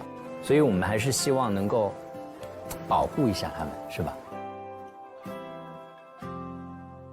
哎，谢谢大家啊！好了，接下来我们来看冉莹莹他们家。我20岁认识他，但我现在全部都围着他，围着孩子，围着这些宠物，围着公司。你要吃那个火腿肠面包吗？喝不喝橙汁儿，兄弟们？这是谁买的？这个你爸的，你跟他说他的外卖到了。他躺平了有一段时间吧。石明哥，你买的外卖到了。他说让我给他点时间，但是今天早上我还是蛮有感触的。他点了个外卖，他是给自己点的。老婆，你不是要煮什么给我吃吗？你不是都点外卖了吗？我是想吃，然后我不能把它吃饱吗？你可不可以弄点其他的给我吃吗？来吧，我们可以分享嘛，我说可以分享给你吃吗？现在我就感觉他跟我们儿子们相比，他除了不会喂饭，其他的渣不就帮我煎个荷包蛋嘛。可以。我要糖心的。糖心啊！我要你的那个带着糖 sugar 的sugar 号。你知道我们老大前天跟我说句话，我都泪目了。他说：“妈妈，你有没有发现我爸爸还有我弟弟都一直长不大？”我们老大跟我说啊，他说等过几年我出门了啊，我出去读书了，就要让邹明浩来尝试做大哥，他都没有说让爸爸来管家。所以我们老大真的就比较成熟，他会不自觉的要去承担一部分爸爸的责任，就照顾弟弟啊，让老二老三打架都是他管。Hello， 妈妈，给你泡的热茶。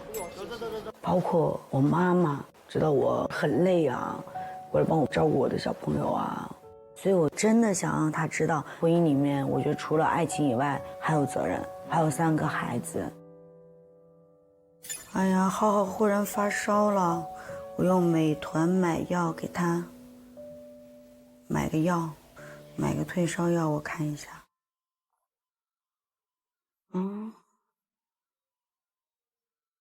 哎，用这个1对1急送，这个送得更快。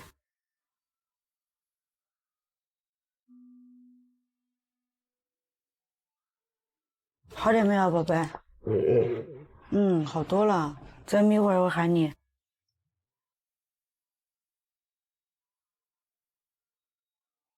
美团美药来了。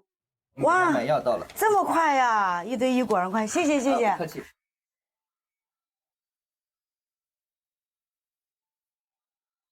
吃完药早点休息吧。这个待会儿给咱们吸，怕它烧起来。我就希望，如果说我们来参加节目，我想让他就是有责任，就成熟起来。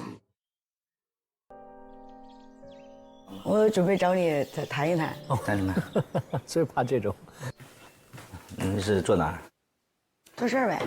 那是甲方喽。甲人方、乙人方，睁只眼。来吧。那个我这么想的，我说我们就是这怎么开口呢？还是得开口。我知道你想说什么。啊，说吧。这个笔和纸都拿出来了。啊。说啊，别藏着掖着，咱俩这么多年感情了，不是兄弟也是胜似兄弟了，对不对？有一句话叫做亲兄弟明算账，我知道。维持这个家就是成本其实挺高的，可能我老公都不知道，对吧？所以我觉得，哎，可以其实让他有更多的参与感，让他更加清楚一下这个家里面的开支啊什么的。我们在家庭里面成立一个共管账户，那看似就是有点像 AA 一样的感觉。好，这一点达成。还握手啊，这么相爱？不是，这个只要是合作，我们就先祝福我们俩是共赢的啊，这个握手。合作共赢。那我们这个 AA 是这样子的，也不是完全的说5-5分，谁的能力强，谁占的比就高。啊，怎么去评判这个谁强谁弱呢？你比如说，这个月我的收入和你的收入，举例子啊，比如说我的收入是500块，你的收入是100块，有这么少吗？差别这么大吗？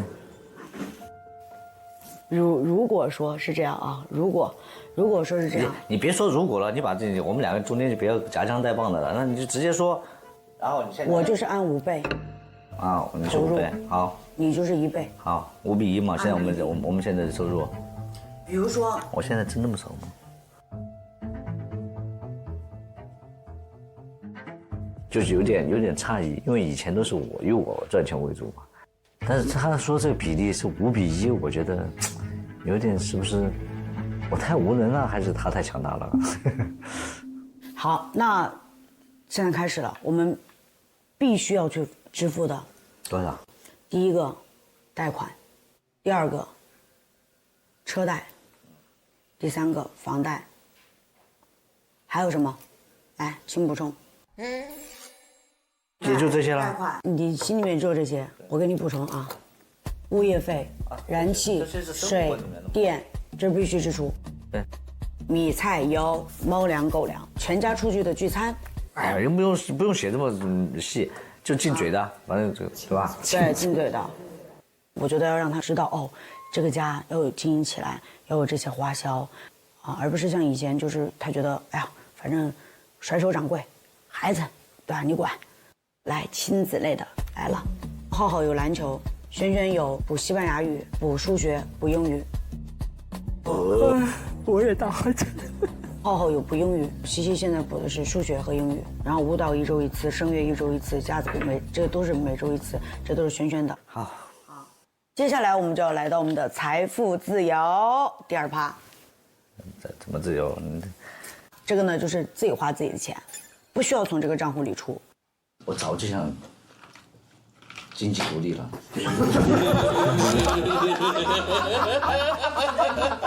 有一天我说你什么时候让我过上软饭硬吃的日子？啊？我什么？他说你有一天有本事让我软饭硬吃。这种话说出来，这话就让我很生气，对吧？然后我就说，你不是吃着吗？我说什么时候吃了？他说前几个月他赚的比我多点。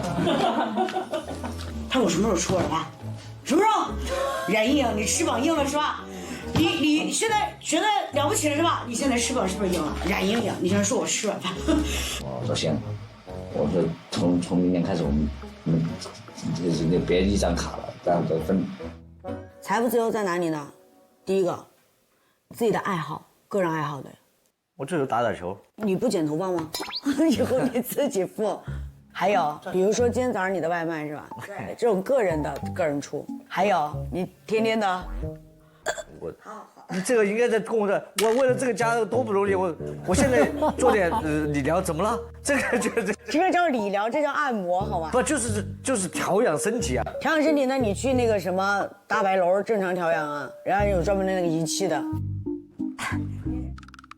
你这就是休闲放松按摩。如果我们其实我不在乎那点钱，我在乎的我在家庭里面这个地位。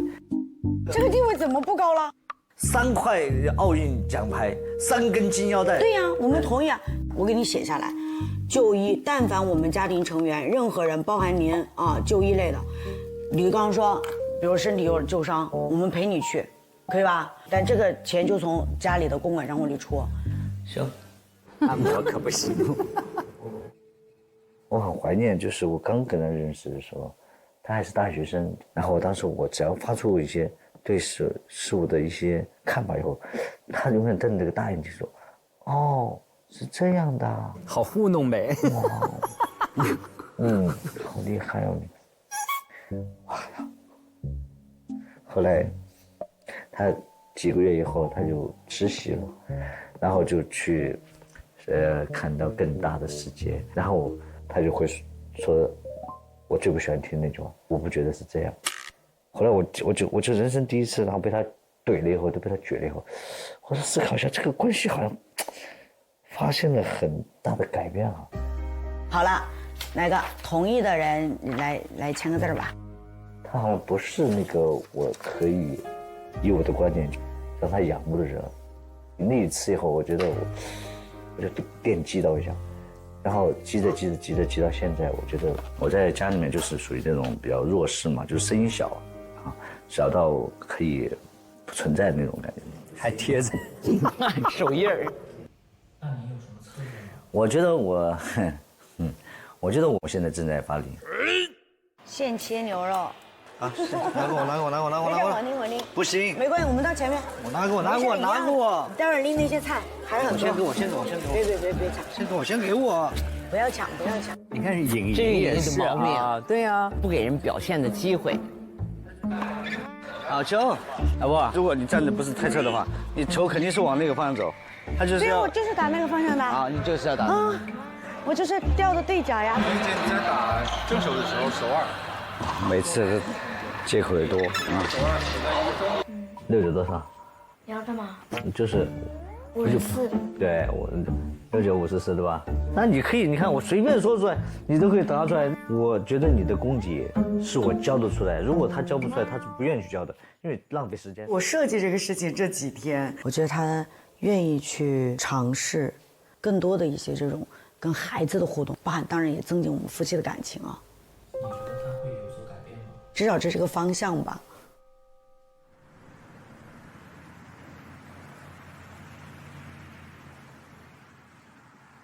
来喽 ，Hello， 哎呀，欢迎，所以说是欢迎的，欢迎来到你们的地盘了，姐姐，坐。谁呀？刘畊宏，你这两天忙怎么样？这2天就是很忙，就是你知道，到处去玩，好累啊！完了。哎，你们去澳洲好开心哦！孩子们呢？孩子们去？没有，孩子没有去，这是我们的约会。啊，就你们2个？哎，你们结婚是多少年了？我们结婚15年，我们在一起20年，像过了40年一样的。你这讲话的，我都不想说你了。度日如年是吧？你看，他总觉得。哎，你们有蜜月旅行过吗？哦，夏威夷。哦，你们有哦，哇！那时候刚结婚没有孩子哈？没有。蜜月旅行，为什么要有孩子？我没有过，所以说。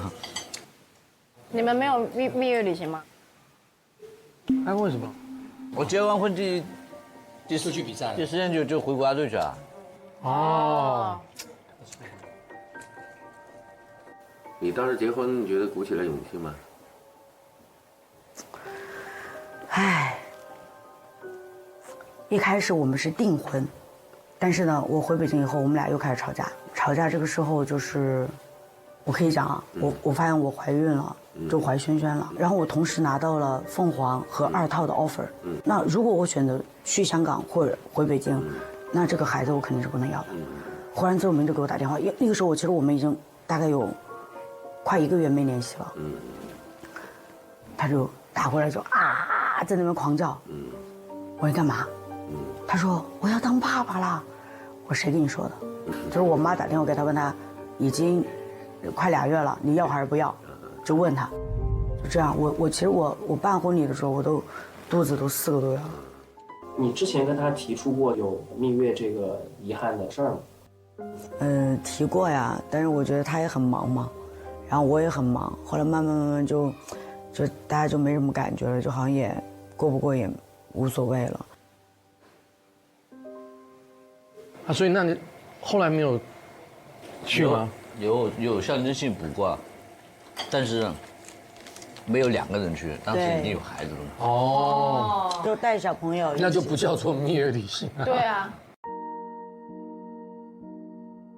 所以你们很少2个人单独旅行，没有过，都要带小孩的。对，我们只有工作2个人出去过。哦，哎，那这样确实，你们也需要单独去旅行。他就有时候跟我玩笑，斌哥，我跟你好这么多年，什么时候带我1个人去玩过？我说，我当时我在国家队的时候，我说一起去不更好玩吗？热闹点。反正我可能从小就是集体生活长大的，可能是我是这种意识吧。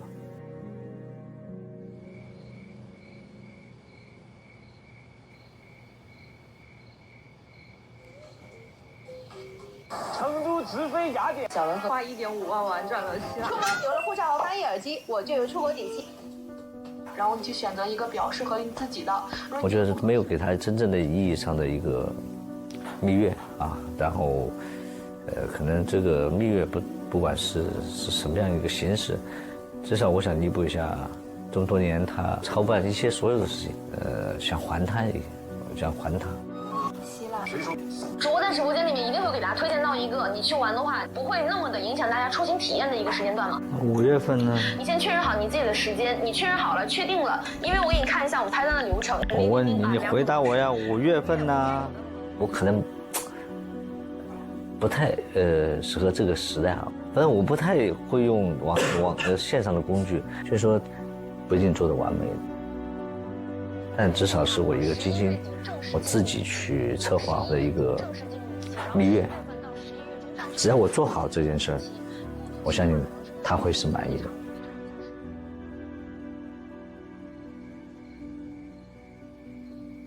吃饭了，来吧，坐好。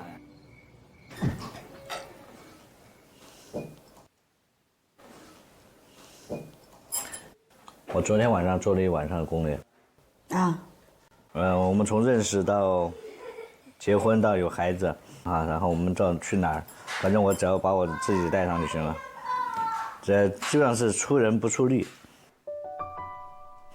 但是呢，我想5月18号就是我们领证的日子，在领证之前15周年，领证之前，我想这15周年，然后我想做一个，你什么都不用管，你只要带上你喜欢的衣服，只要你带上美丽的心情，我们去每一站体验都由我来安排。好。我不知道你放不放心啊？放心，放心。来。我不管这结果如何，我把有心就好，过程做好。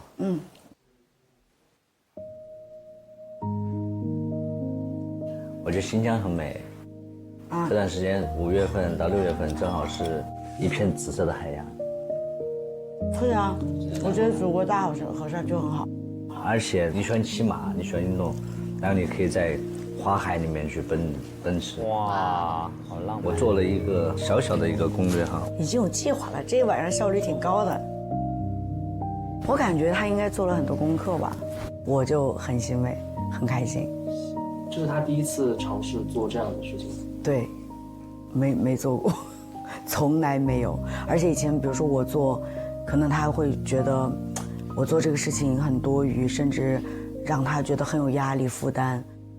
还有两条路，一个是在乌鲁木齐落地，到伊宁的话，有一个计划是想租一个房车。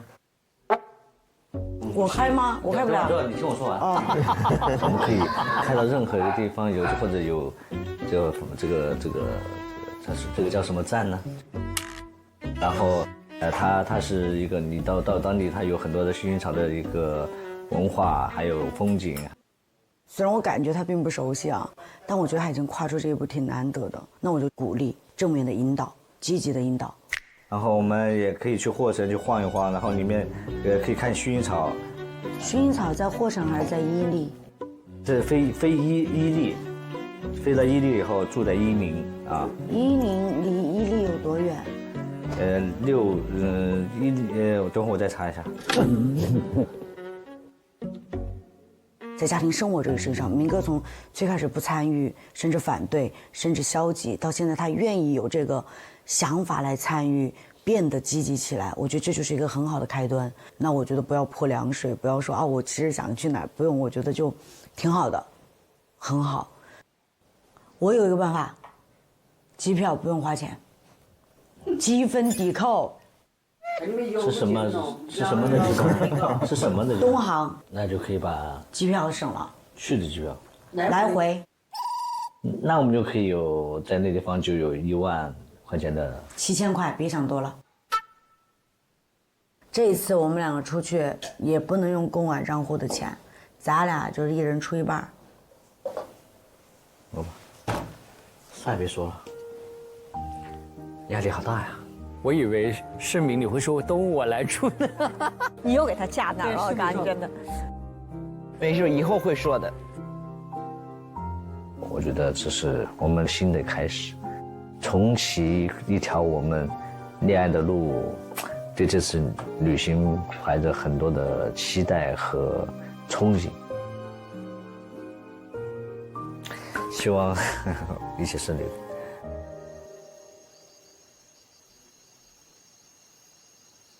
你们之前去过新疆吗？去过，哎，别说了。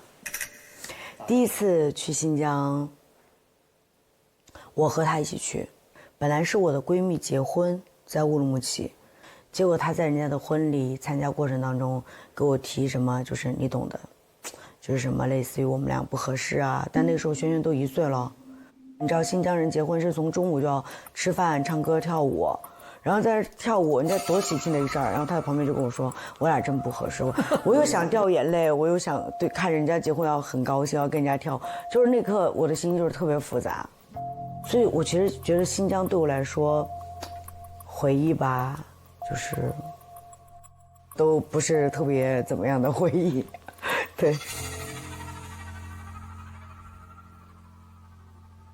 哇哦！我们先为这一期老邹的改变鼓掌，鼓掌鼓掌！真的进步了，谢谢各位老师给我。莹莹的后退一步也为他鼓掌。对，我看2个人都相处模式对完全不一样了，有点结实了。那他们2个人提出了一个共有的账户，那就是在夫妻间实行这种 AA 制，大家觉得有必要吗？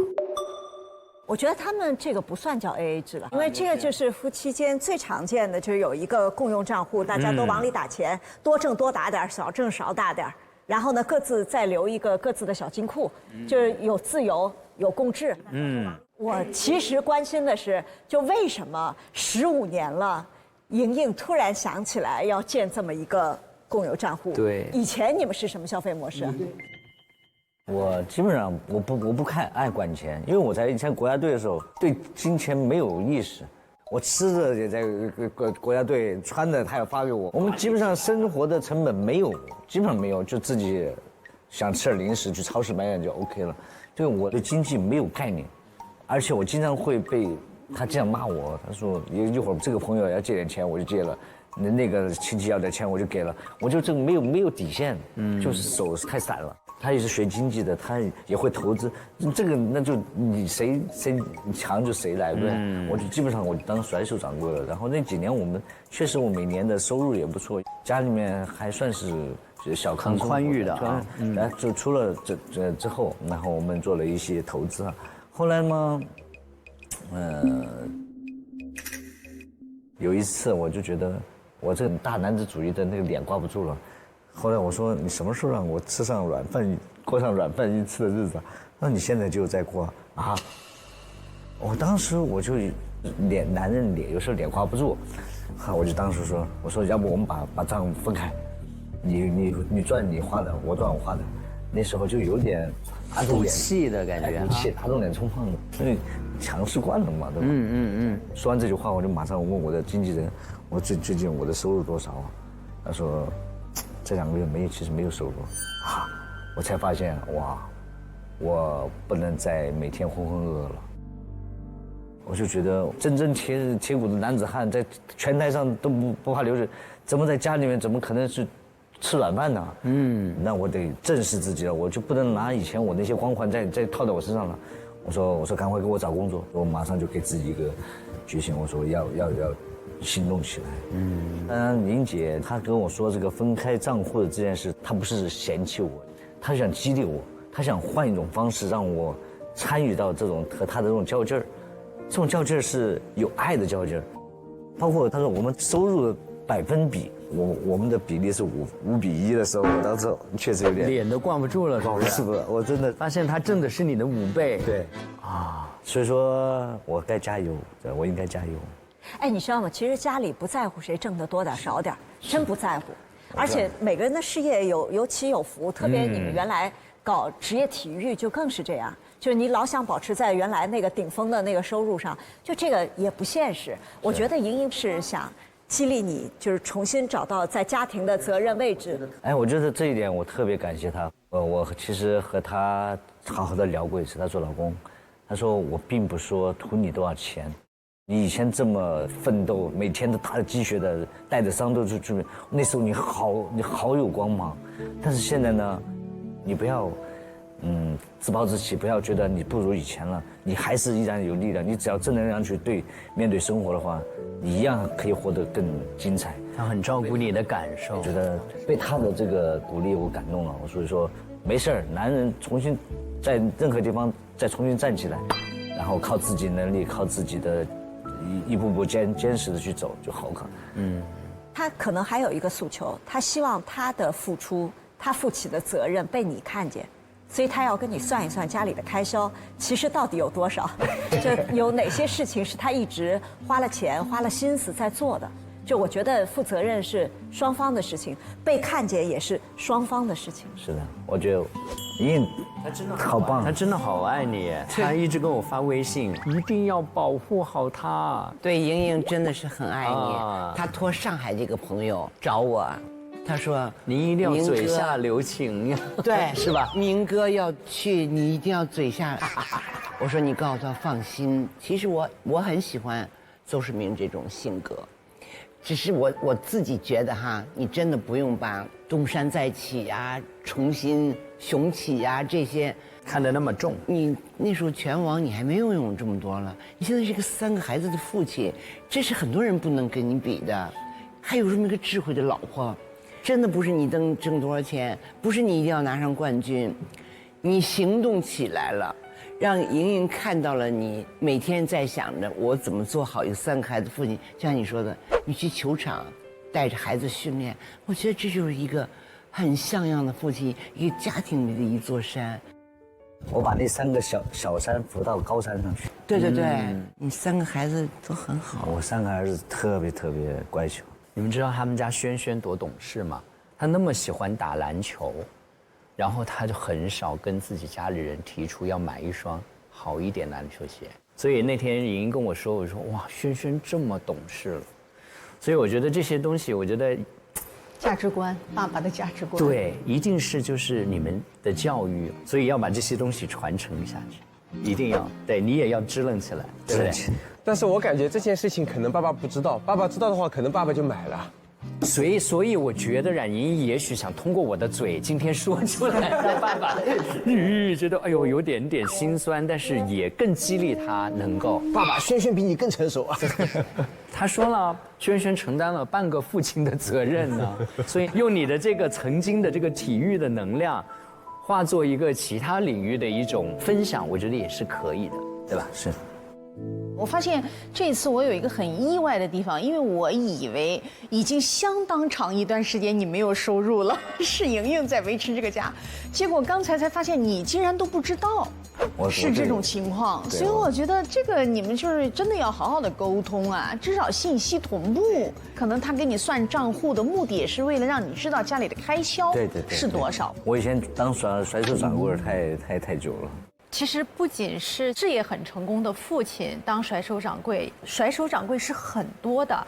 为什么莹莹她说来，我们要看一下有哪些事项，就是在家庭里面有很多隐形的家务是男人所看不见的。比如说，你看她要每次询问老大吃什么，老二吃什么，老三吃什么。一个妈妈她管理3个孩子，还要管理您这个大孩子，你还要吃溏心蛋，你还要给自己点外卖。我觉得现在可能他是属于那个在外面去打猎，我在家里面跟织布的那个。那你吃了没有啊？哎，所以说我，请看后面。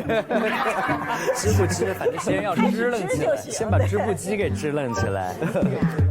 明哥，你有没有发现你和莹莹没变，但你们2个的角色一直在变，所以他在成熟中，你得学会欣赏他的成长。你们2个彼此要是有一个互相的期望和承诺，你们就能有心理契约，试试看看。好，我觉得这可能会帮到。李老师，好，我们来看看冉莹莹将这段视频能够提炼的关键词哈。我们来看看投票的结果是怎么样的哈。哇，经济能力会决定夫妻中的地位吗？我也想讨论第一个。哎，是不是真的挣钱多的那个话语权就够啊？子君老师。我们心理学家和社会学家确实发现，女性她有很多的没有被继承价格的付出和劳动，比如说我们叫情绪劳动，她每天照顾大家，还有高认知的劳动，就家里面所有要买的东西，她都要记住，而且去购买，她要去了解需求，她要去满足，其实这些都是不计价格的。其实真的是好多隐形的价值没有被看到，所以只看到钱的话还是不够的。再比如说，先生原来很棒，那现在可能暂时没有挣的那么多，是不是家庭地位就不够高了？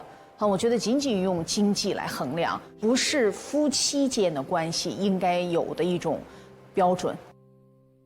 我觉得世明哥可能对这种男子气概特别在意，但我觉得流血流汗站上巅峰是一种男子气概，家里有事儿真上也是男子气概。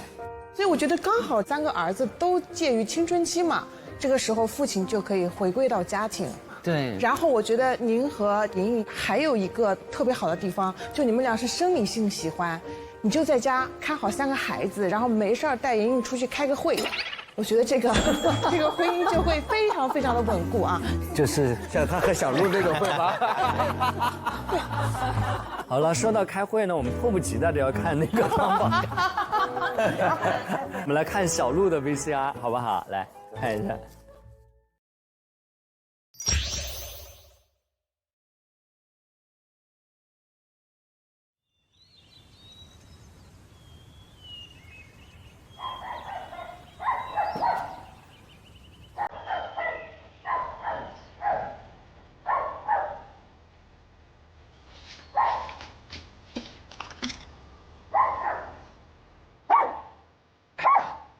为什么要给我们吵醒呢？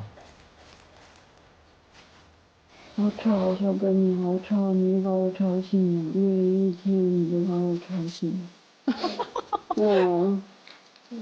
那么小的一个小东西，那么吵。我在家的时间非常少，但是我每次回家，我基本都是被他吵醒的，我就没有在这个家里自然醒过。只要门口有人经过，他一定会开始叫。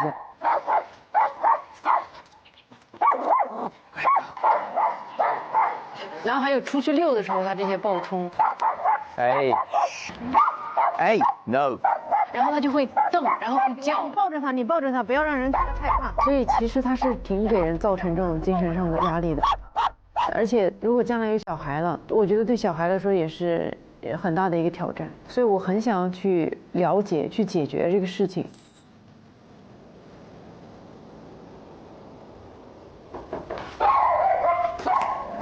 Hello， 你好，你好，你好，你好。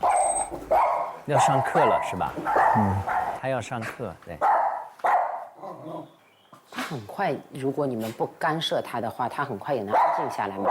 他可能安静，然后过可能半个小时，他会又叫2声。对，如果这个朋友坐着突然站起来，对，如果不理他的话，明白明白。老师您坐。好好好，就我有一些问题肯定是要问你的，因为我知道你找我是因为你接下来要备孕。对，想要生小孩。对，那因为他未来肯定是家庭的一员嘛，对吧？你会有一些什么，比如说担心啊，或者说一些困扰？我觉得有2个问题，一个就是他在家里，他经常就是这种，比如说外面一点点动静，他直接一个弹射出去，一直叫的停不下来。然后我早上8点以前我一般是不会醒，但他如果一叫就会把我叫醒，一醒了呢我又睡不着，一整天都精神非常萎靡，并且我也想到，比如说如果将来有小孩了，他这种叫声肯定也会把小孩给就是吓到。首先呢，你不用担心，孩子不会啊，这个孩子从小其实，在妈妈的肚子里面去听多一点的不同的声音、环境音，他从小听到这个声音，就像做胎教一样，就习惯了环境音。是的，所以孩子这个部分呢，我觉得你不用过度去担心。但是我比较担心，可能对你个人来说问题更大。吓到了。你如果一直睡觉睡不好的话，备孕期间状态就会不好，而且出生以后，基本上我儿子现在2岁半了，我基本上都没怎么睡过整觉。昨天他还醒了3次，所以就是我们得让你至少在备孕的这段时间，跟怀孕的这1年里面，至少要让你睡好觉，而且未来至少这个事情不要再成为一个让你很困扰的问题了。然后还有一个问题是，这个狗是你从哪里得来的？哦，是以前我还在北京，2024年的时候，就他就自己突然来我家门口坐着的。天哪，我家门口有一只可怜的小狗，哎呀，它也不走。哇，好有爱心哦。哦，他选择我们。它流浪过，应该是因为看它全身那个毛卷曲度，我都看不出来是什么品种。它是刚到你家就已经开始出现这样子的问题，还是这些问题是循序渐进出现的呢？我们一开始把它收到家里，然后它就晚上一直叫，我们当时都崩溃了，觉得肯定养不了，因为，它整个晚上都在叫，然后早上起来一屋子的屎和尿这种，后来慢慢就好了。一开始是一直叫。哦，一个晚上我们都怕邻居听到什么的。哦，后来我感觉是不是他意识到这个地方属于他之后，他就不叫了。哦，你的狗狗是捡来的，那我能大概知道它不是社会化不足，它是社会化不良。什么叫社会化不良？不足的意思是他接触到的刺激不够，他是接触到的刺激过多，因为他在流浪的过程当中必然发生了一些让他比较负面的事情，让他对这个世界的认知产生了一些改变，所以他为什么会那么警觉？因为他不确定这个世界到底是不是安全的。其实你们家现在的这个布局其实是有问题的，为什么？因为它完全是相通的，然后所有的地方都不分区域的。那你在向狗狗表达的意思就是，任何一个区域都是需要它去管的，这就是为什么它会管门外。所以你如果想要好好睡觉的话，你们晚上把它放进房间、厕所，任何你们认为它可以待的地方，它就不叫了。你可以今天试一下。啊，跟人一样。对。哎呦，好开心！对，它其实真的很乖的。我小时候也养过狗的，然后那时候养的那条狗，我觉得很有意思，就是几只狗里面，就它是一个长得很怪异的，它地包天，并且它眼睛是红色的，矮，跟它体型差不多，体型跟它一样的。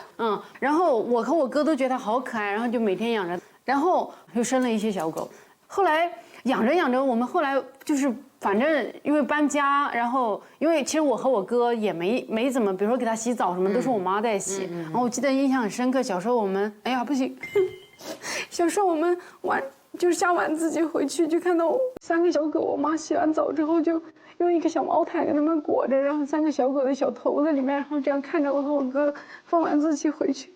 但是因为我们没时间养，后来那个小狗就被送回农村去了，然后后来就再也没见过了。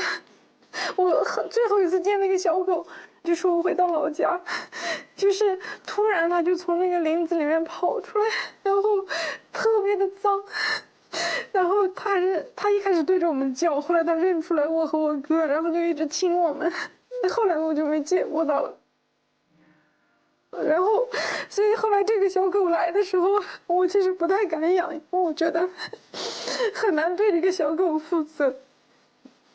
然后后来是，就是我们想给它找回它的主人，但是找不到，然后后来才留下的。留下了之后，就我和同胞就一直在养，主要是同胞花了很多时间在养它。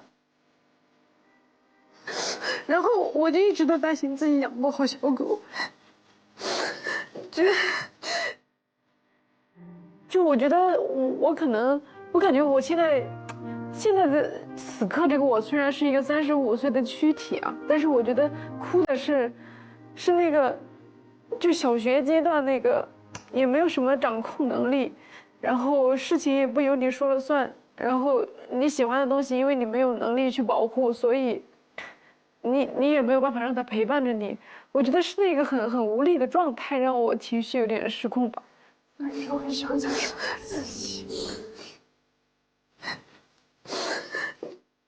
小鹿讲起来的时候，我就还是难受了，因为那个时候是他爸调在一个镇上去工作，我们是从一个镇上搬进城来了，因为他哥哥要进城读书，他也同时要进城来读书嘛，就不好养嘛，我们是租房子在嘛，不好养，就送给他一个3D 家养着。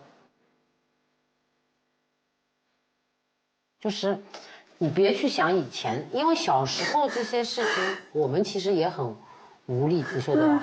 对。你现在对他已经很好了。其实会去把流浪狗带回家的人，心里其实是有缺失的。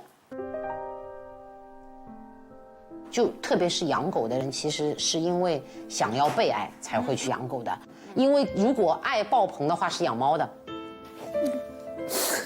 这是他一直说的话，就是我要确定我能付出爱，我能负责任，我才会要。这个命题在他的生活里反复出现。对，我们一开始都觉得我们肯定养不了，因为我俩都很忙。是个很大的选择，确实，我当时也是很害怕这个，因为我从小一直也是养狗，然后知道这是一个非常大的责任，对，就是很累。我们是刚在筹备婚礼期间，因为他5月份来的，我们5月份婚礼，5月26的婚礼，他5月13号来的我家，就是也是缘分，你就觉得哎呀算了，就留下吧。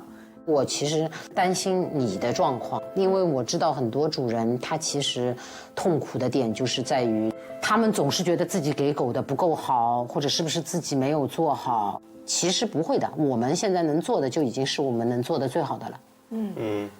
我是想，是不是可以明天你们带他来我们店里，我给他做一个评估。好，因为现在我们这里面有一些测试，我做不了。好的，好的，我们明天去。就好吗？好的，好的。狗这么复杂。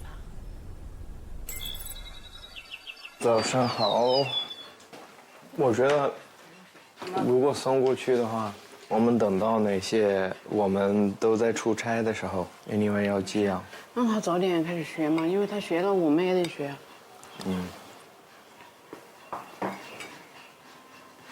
我不喜欢我在家，然后他不在。孩子要上学，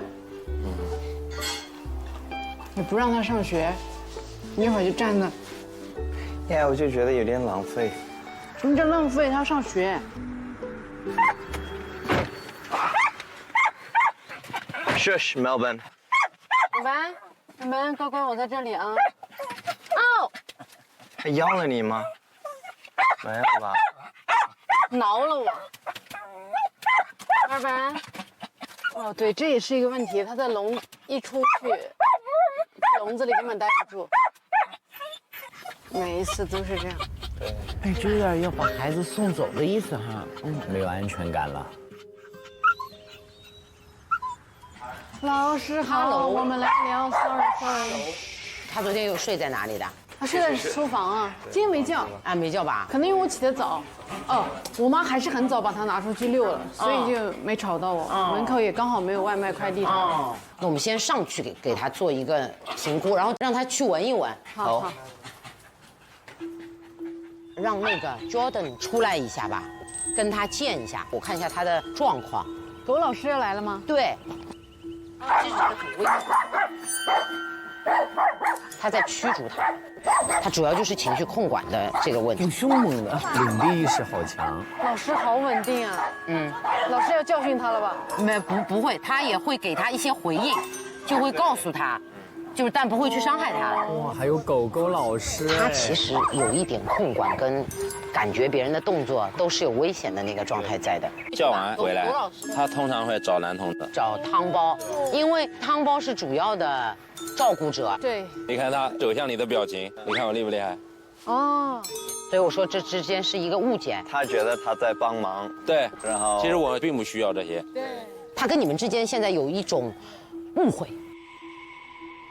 就这个误会不是你们不对，也不是他不对，但是就形成了。先让常老师给他训好了。对，就是因为他们两个人现在等于都是中性的嘛，他对他也没有啥印象，也没有坏印象，他对他来说是个中性人。然后从今天开始，常老师带他啦，给他好处啦，开始奖励他了，然后又表扬他了，他在他面前就是一个高大的正面的一个形象了。那他要去教他很多东西就很简单。好多学问哦。我觉得咱们还是就是给他留下嘛。今天吗？好。他有点舍不得，你们回去好好睡一觉。他想先带回去，过2天他说等我出差了再送过去。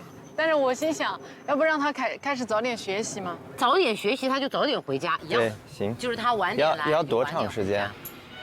我觉得他的问题，如果预估的话，我觉得3个月要。哇，这么久，要这么久啊？3个月。中间不能回去哈。其实是不建议回的。你们可以来呀。你们可以来。我们可以来看他吗？对，你们可以一直来看他，就是因为他每天在这里其实是有训练项目的。哦。哎呀。好吧。有点难过，但是我也是觉得是最好的办法，因为如果他能很快就好，那我也能更快去让他更融入我们的生活。3个月，我们可以来看他的吗？我们可以来看他。对，然后我觉得其实我们有孩子之后会更加麻烦，所以我觉得现在处理这个事儿就是最好的办法。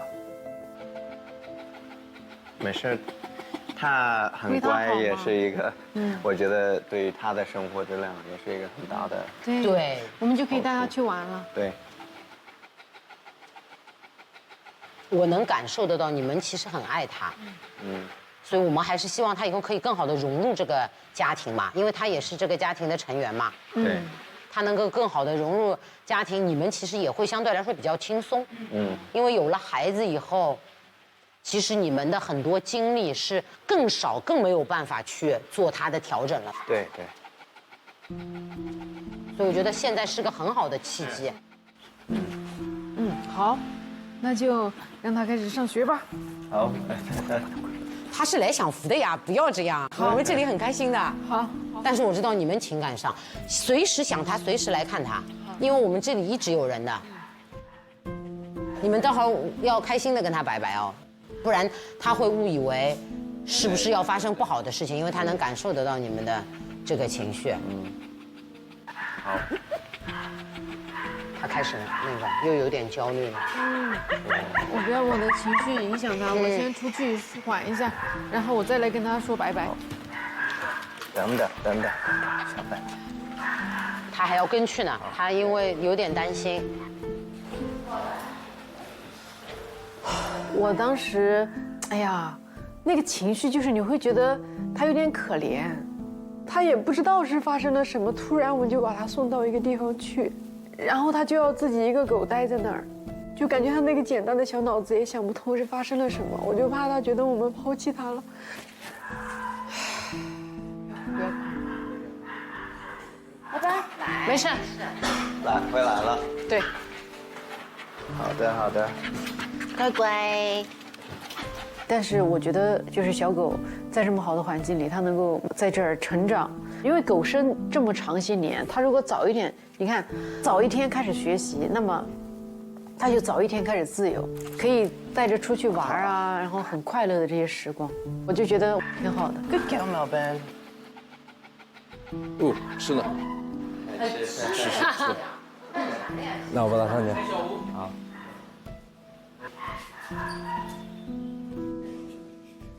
没事没事没事，他会过得很好的。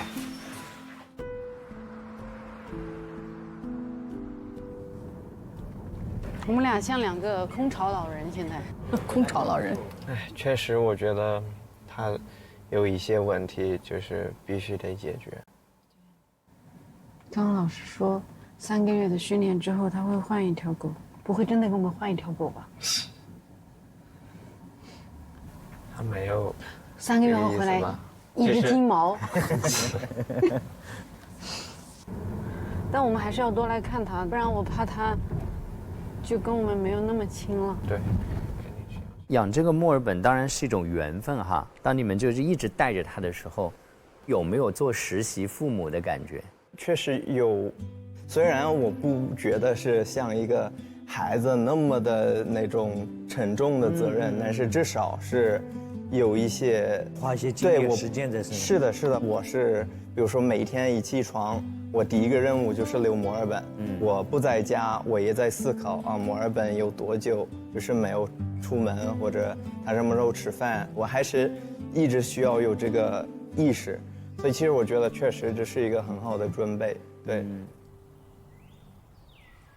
你 energy 还好吗？还好，我出去工作。加油！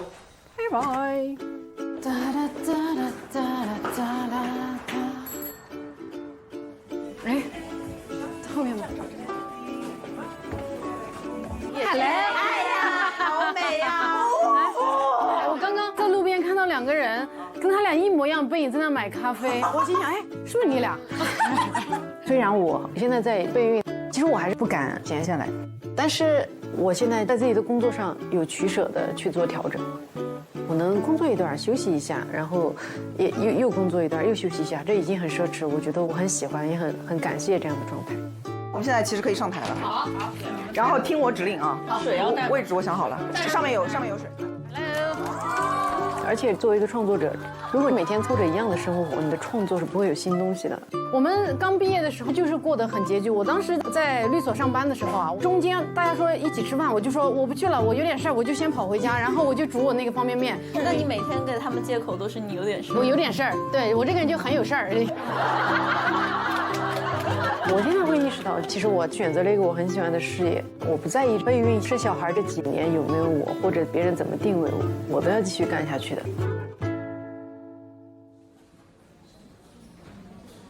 哦，这个是美团没有赞助的好多节目。哎呀，前两天看那个《乘风破浪的姐姐》那个片段，给我笑的。他们不是直播吗？直播他们说姐妹们成团了啊，成团了吗？不是，就说美团怎么，美团怎么，然后导演组说不要说美团，美团没有赞助。然后那个现场有个人直接说好，不说美团，然后就把它播出去，贼好笑。哎，你有追着看吗？我感觉没有，我刷片段，我现在看不进去任何综艺。我也是，除了《姐姐当家》，姐姐当家好看，追着小鹿看。我刚在路上跟小鹿聊才知道，他这个节目是夫妻档，我以为是父女父子。那怎么汤包不来？哦，汤包在家陪我爸妈。现在我们不是因为最近因为这个认真备孕嘛，去看中医啊、西医啊什么的，都要看一看，都让我们要11点前睡觉。你是今年正式开始备孕是不是？之前都是说。对，之前你说哪有时间呀？你跑来跑去备啥孕啊？我只是创作速度比较快。在背之前就写出来。对，在备孕的时候，只要段子写出来，我就感觉这事儿完成了。耶！来，坐。你来的刚好是车头上的，哎，对包上的格陵兰岛。哎，鸟来了，来，坐这边。哇哦！你好，加餐盘哈，谢谢。我来了。好，谢谢。哇，好华丽的菜啊！我感觉鸟，其实你之前是缓了一段的。对，就是有一点想走开，但没注意走得太开。这个鸟鸟我认识，它也好可爱啊。就是某一个特殊阶段，我感觉鸟它就是刻意的在往后退。对我压力特别大的时候，我会感受不到这个东西的笑点在哪里。就有时候我说一句话，别人笑了，我不知道他在笑什么。当你感受不到别人为什么笑，就很麻烦了。对，我感觉我的人生，我想进入一个缓慢发展期。因为我觉得鹿是属于太焦虑了，他不太敢停下来的人。我感觉咱俩是唯二的最焦虑的那种类型。我觉得鹿停下来，他之前是停下来，我就感觉到你会，对，会有焦虑，对，会有罪恶感。我停下来就有罪恶感，我不敢停。不过我觉得你也不是说焦虑，或者说，我觉得这不能归到个人的焦虑上，因为我感觉环境时代的对，而且尤其是女生吧，你在某一个行业好不容易有一定的积累和成就，然后你就会感觉。如果你要走开，不是说个人生活上选择我要休息，而是感觉像是在认输。对你心里，对，因为你会把暂缓跟认输就会连到一起，而且从外界的标准上来说，他也会这么认为，就是他不想干了，他怎么着了？就以前你会很被这个东西，就觉得我不想让人觉得我是那样的人，所以我要咬牙拼。可能你到某一个极限的时候，你就会意识到，其实我死我活，别人是不在意的。对，是。哎，你我不知道这能不能说，你不是要去做一个手术啊？能说啊，能说。哦，你是啥时候去啊？不是他还没打电话。要等在排队是吗？对，他说要等床位，然后我在等。对，得这个病我才意识到说，我觉得当女人真苦，因为就我得这个是小囊肿，然后但是他要给我弄出来，他都要切到我卵巢那一层。其实他就是切好多层，要穿过很多层。对，穿过很多层，这其实跟剖腹产切的层数应该差不多。是从肚子进去吗？对，从肚子进去。然后在我的印象里，它就是个小手术。然后我看那些资料以后，发现它其实还切挺深的。越来越害怕嘛。对，而且你知道它会插管道进去，就是你就算手术结束以后，你也要恢复，然后它最后它要留几天那个管道，然后它把它抽出来，相当于把你那个管道从你的，就像一个地壳一样，就把你从你的地核抽出来。哎呀，我觉得当女人真受罪啊。哎呀，对我感觉主要是因为现在到这个年龄段吧，大家身体都或多或少开始出现点问题，对，还是得好好照顾自己的身体。差不多也到了航哥该睡觉的时间了，好，下次再聊，好嘞。回来喽，回来喽，怎么样？挺好的，今天虽然一直在说话，但一直都心情很好。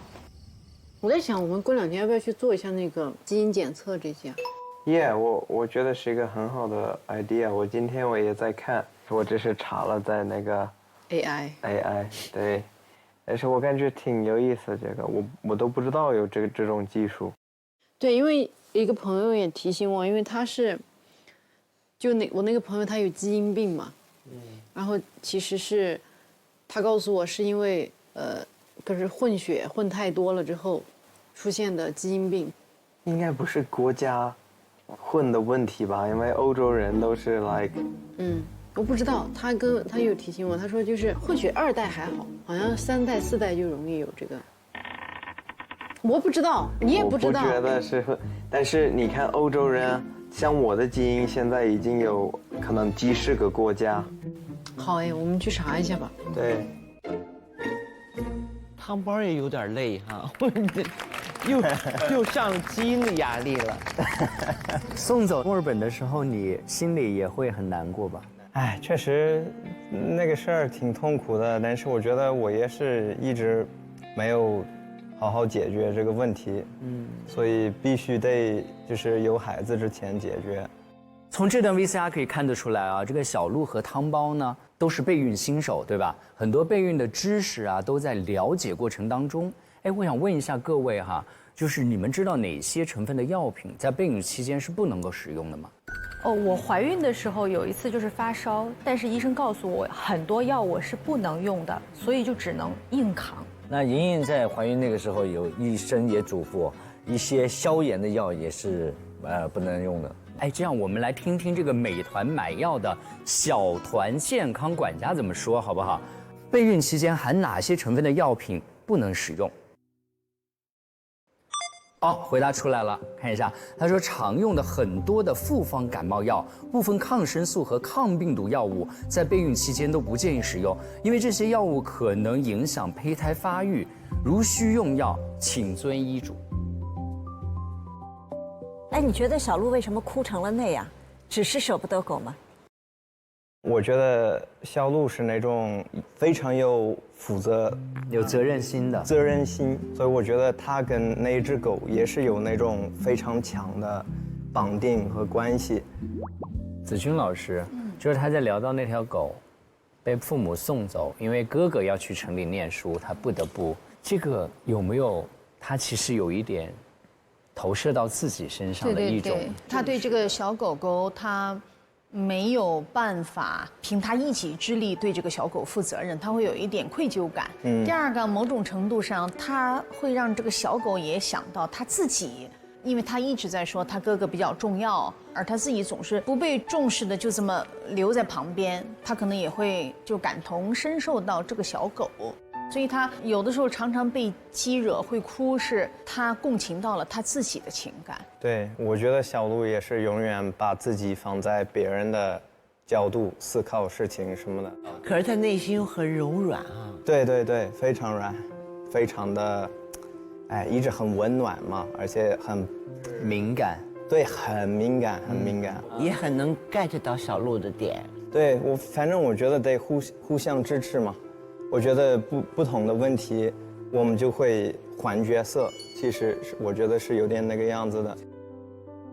好，那后来呢？是她们闺蜜在一起聊天，也绕不开一个话题哈，就是如果要把工作做好，那就一定会错过一个黄金的生育时期。那如果先要成家了，那必然事业上可能就会有所停滞。那今天在座这么多女生朋友，怎么样老生常谈，权衡这个利弊呢？该生孩子就先生嘛，早生孩子，然后你早上大学，然后你就可以早的想做什么事就做什么事，早点自由，早点解脱。小鹿担心啊，他正是火的时候、红的时候，观众会不会淡忘他？回来会不会有他的位置？但是你这样越推越后，你这越生孩子就越来越难啊。但这还是我们这个年龄的想法，你知道吗？对，就是现在妇女平均生第一个孩子的时间已经都拖到31岁多了。它不是简单的，就是说我早生就好了。它有很多很现实的问题。第一个是受教育的时间变长了，对。然后接着就是他得想啊，跟小鹿的想法一样，就我能负责任，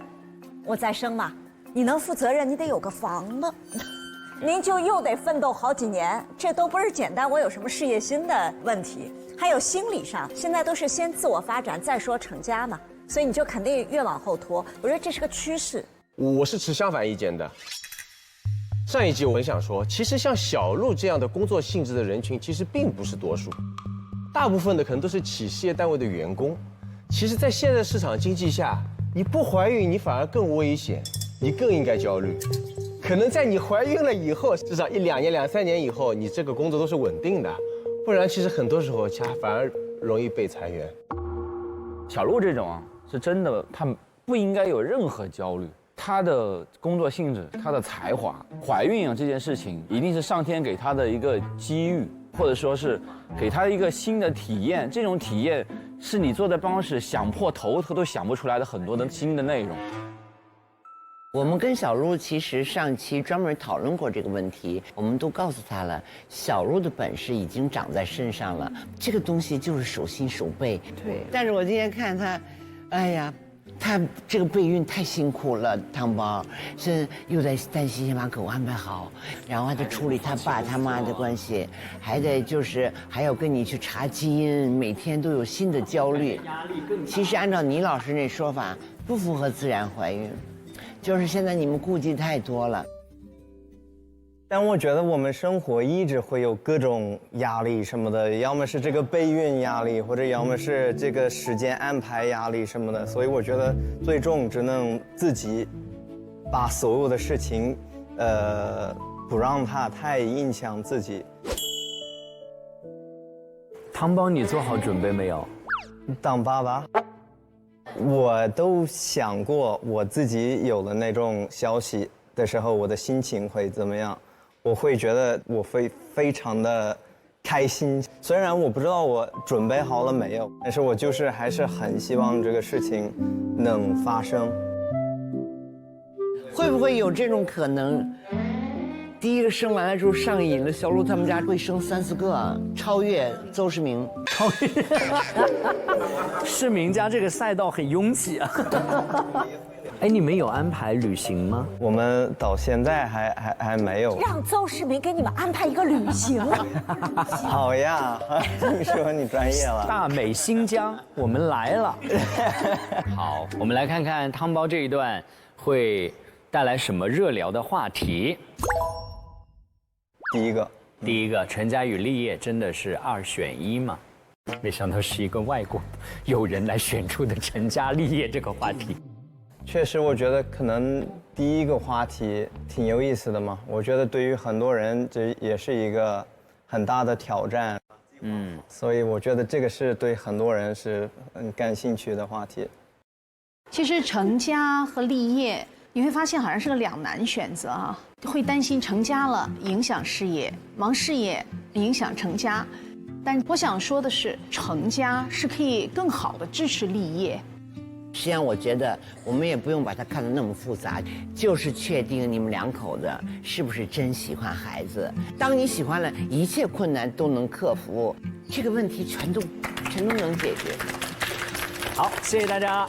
今天要特别感谢3位我们的这个姐夫吧，来到我们现场，谢谢，也谢谢大家跟我们一起来探讨提炼的话题，好不好？谢谢大家守候我们这一期由美团买药冠名播出的爱奇艺自制综艺《姐姐当家》第2季。那谢谢大家的守候，我们下期同一时间不见不散。爱奇艺。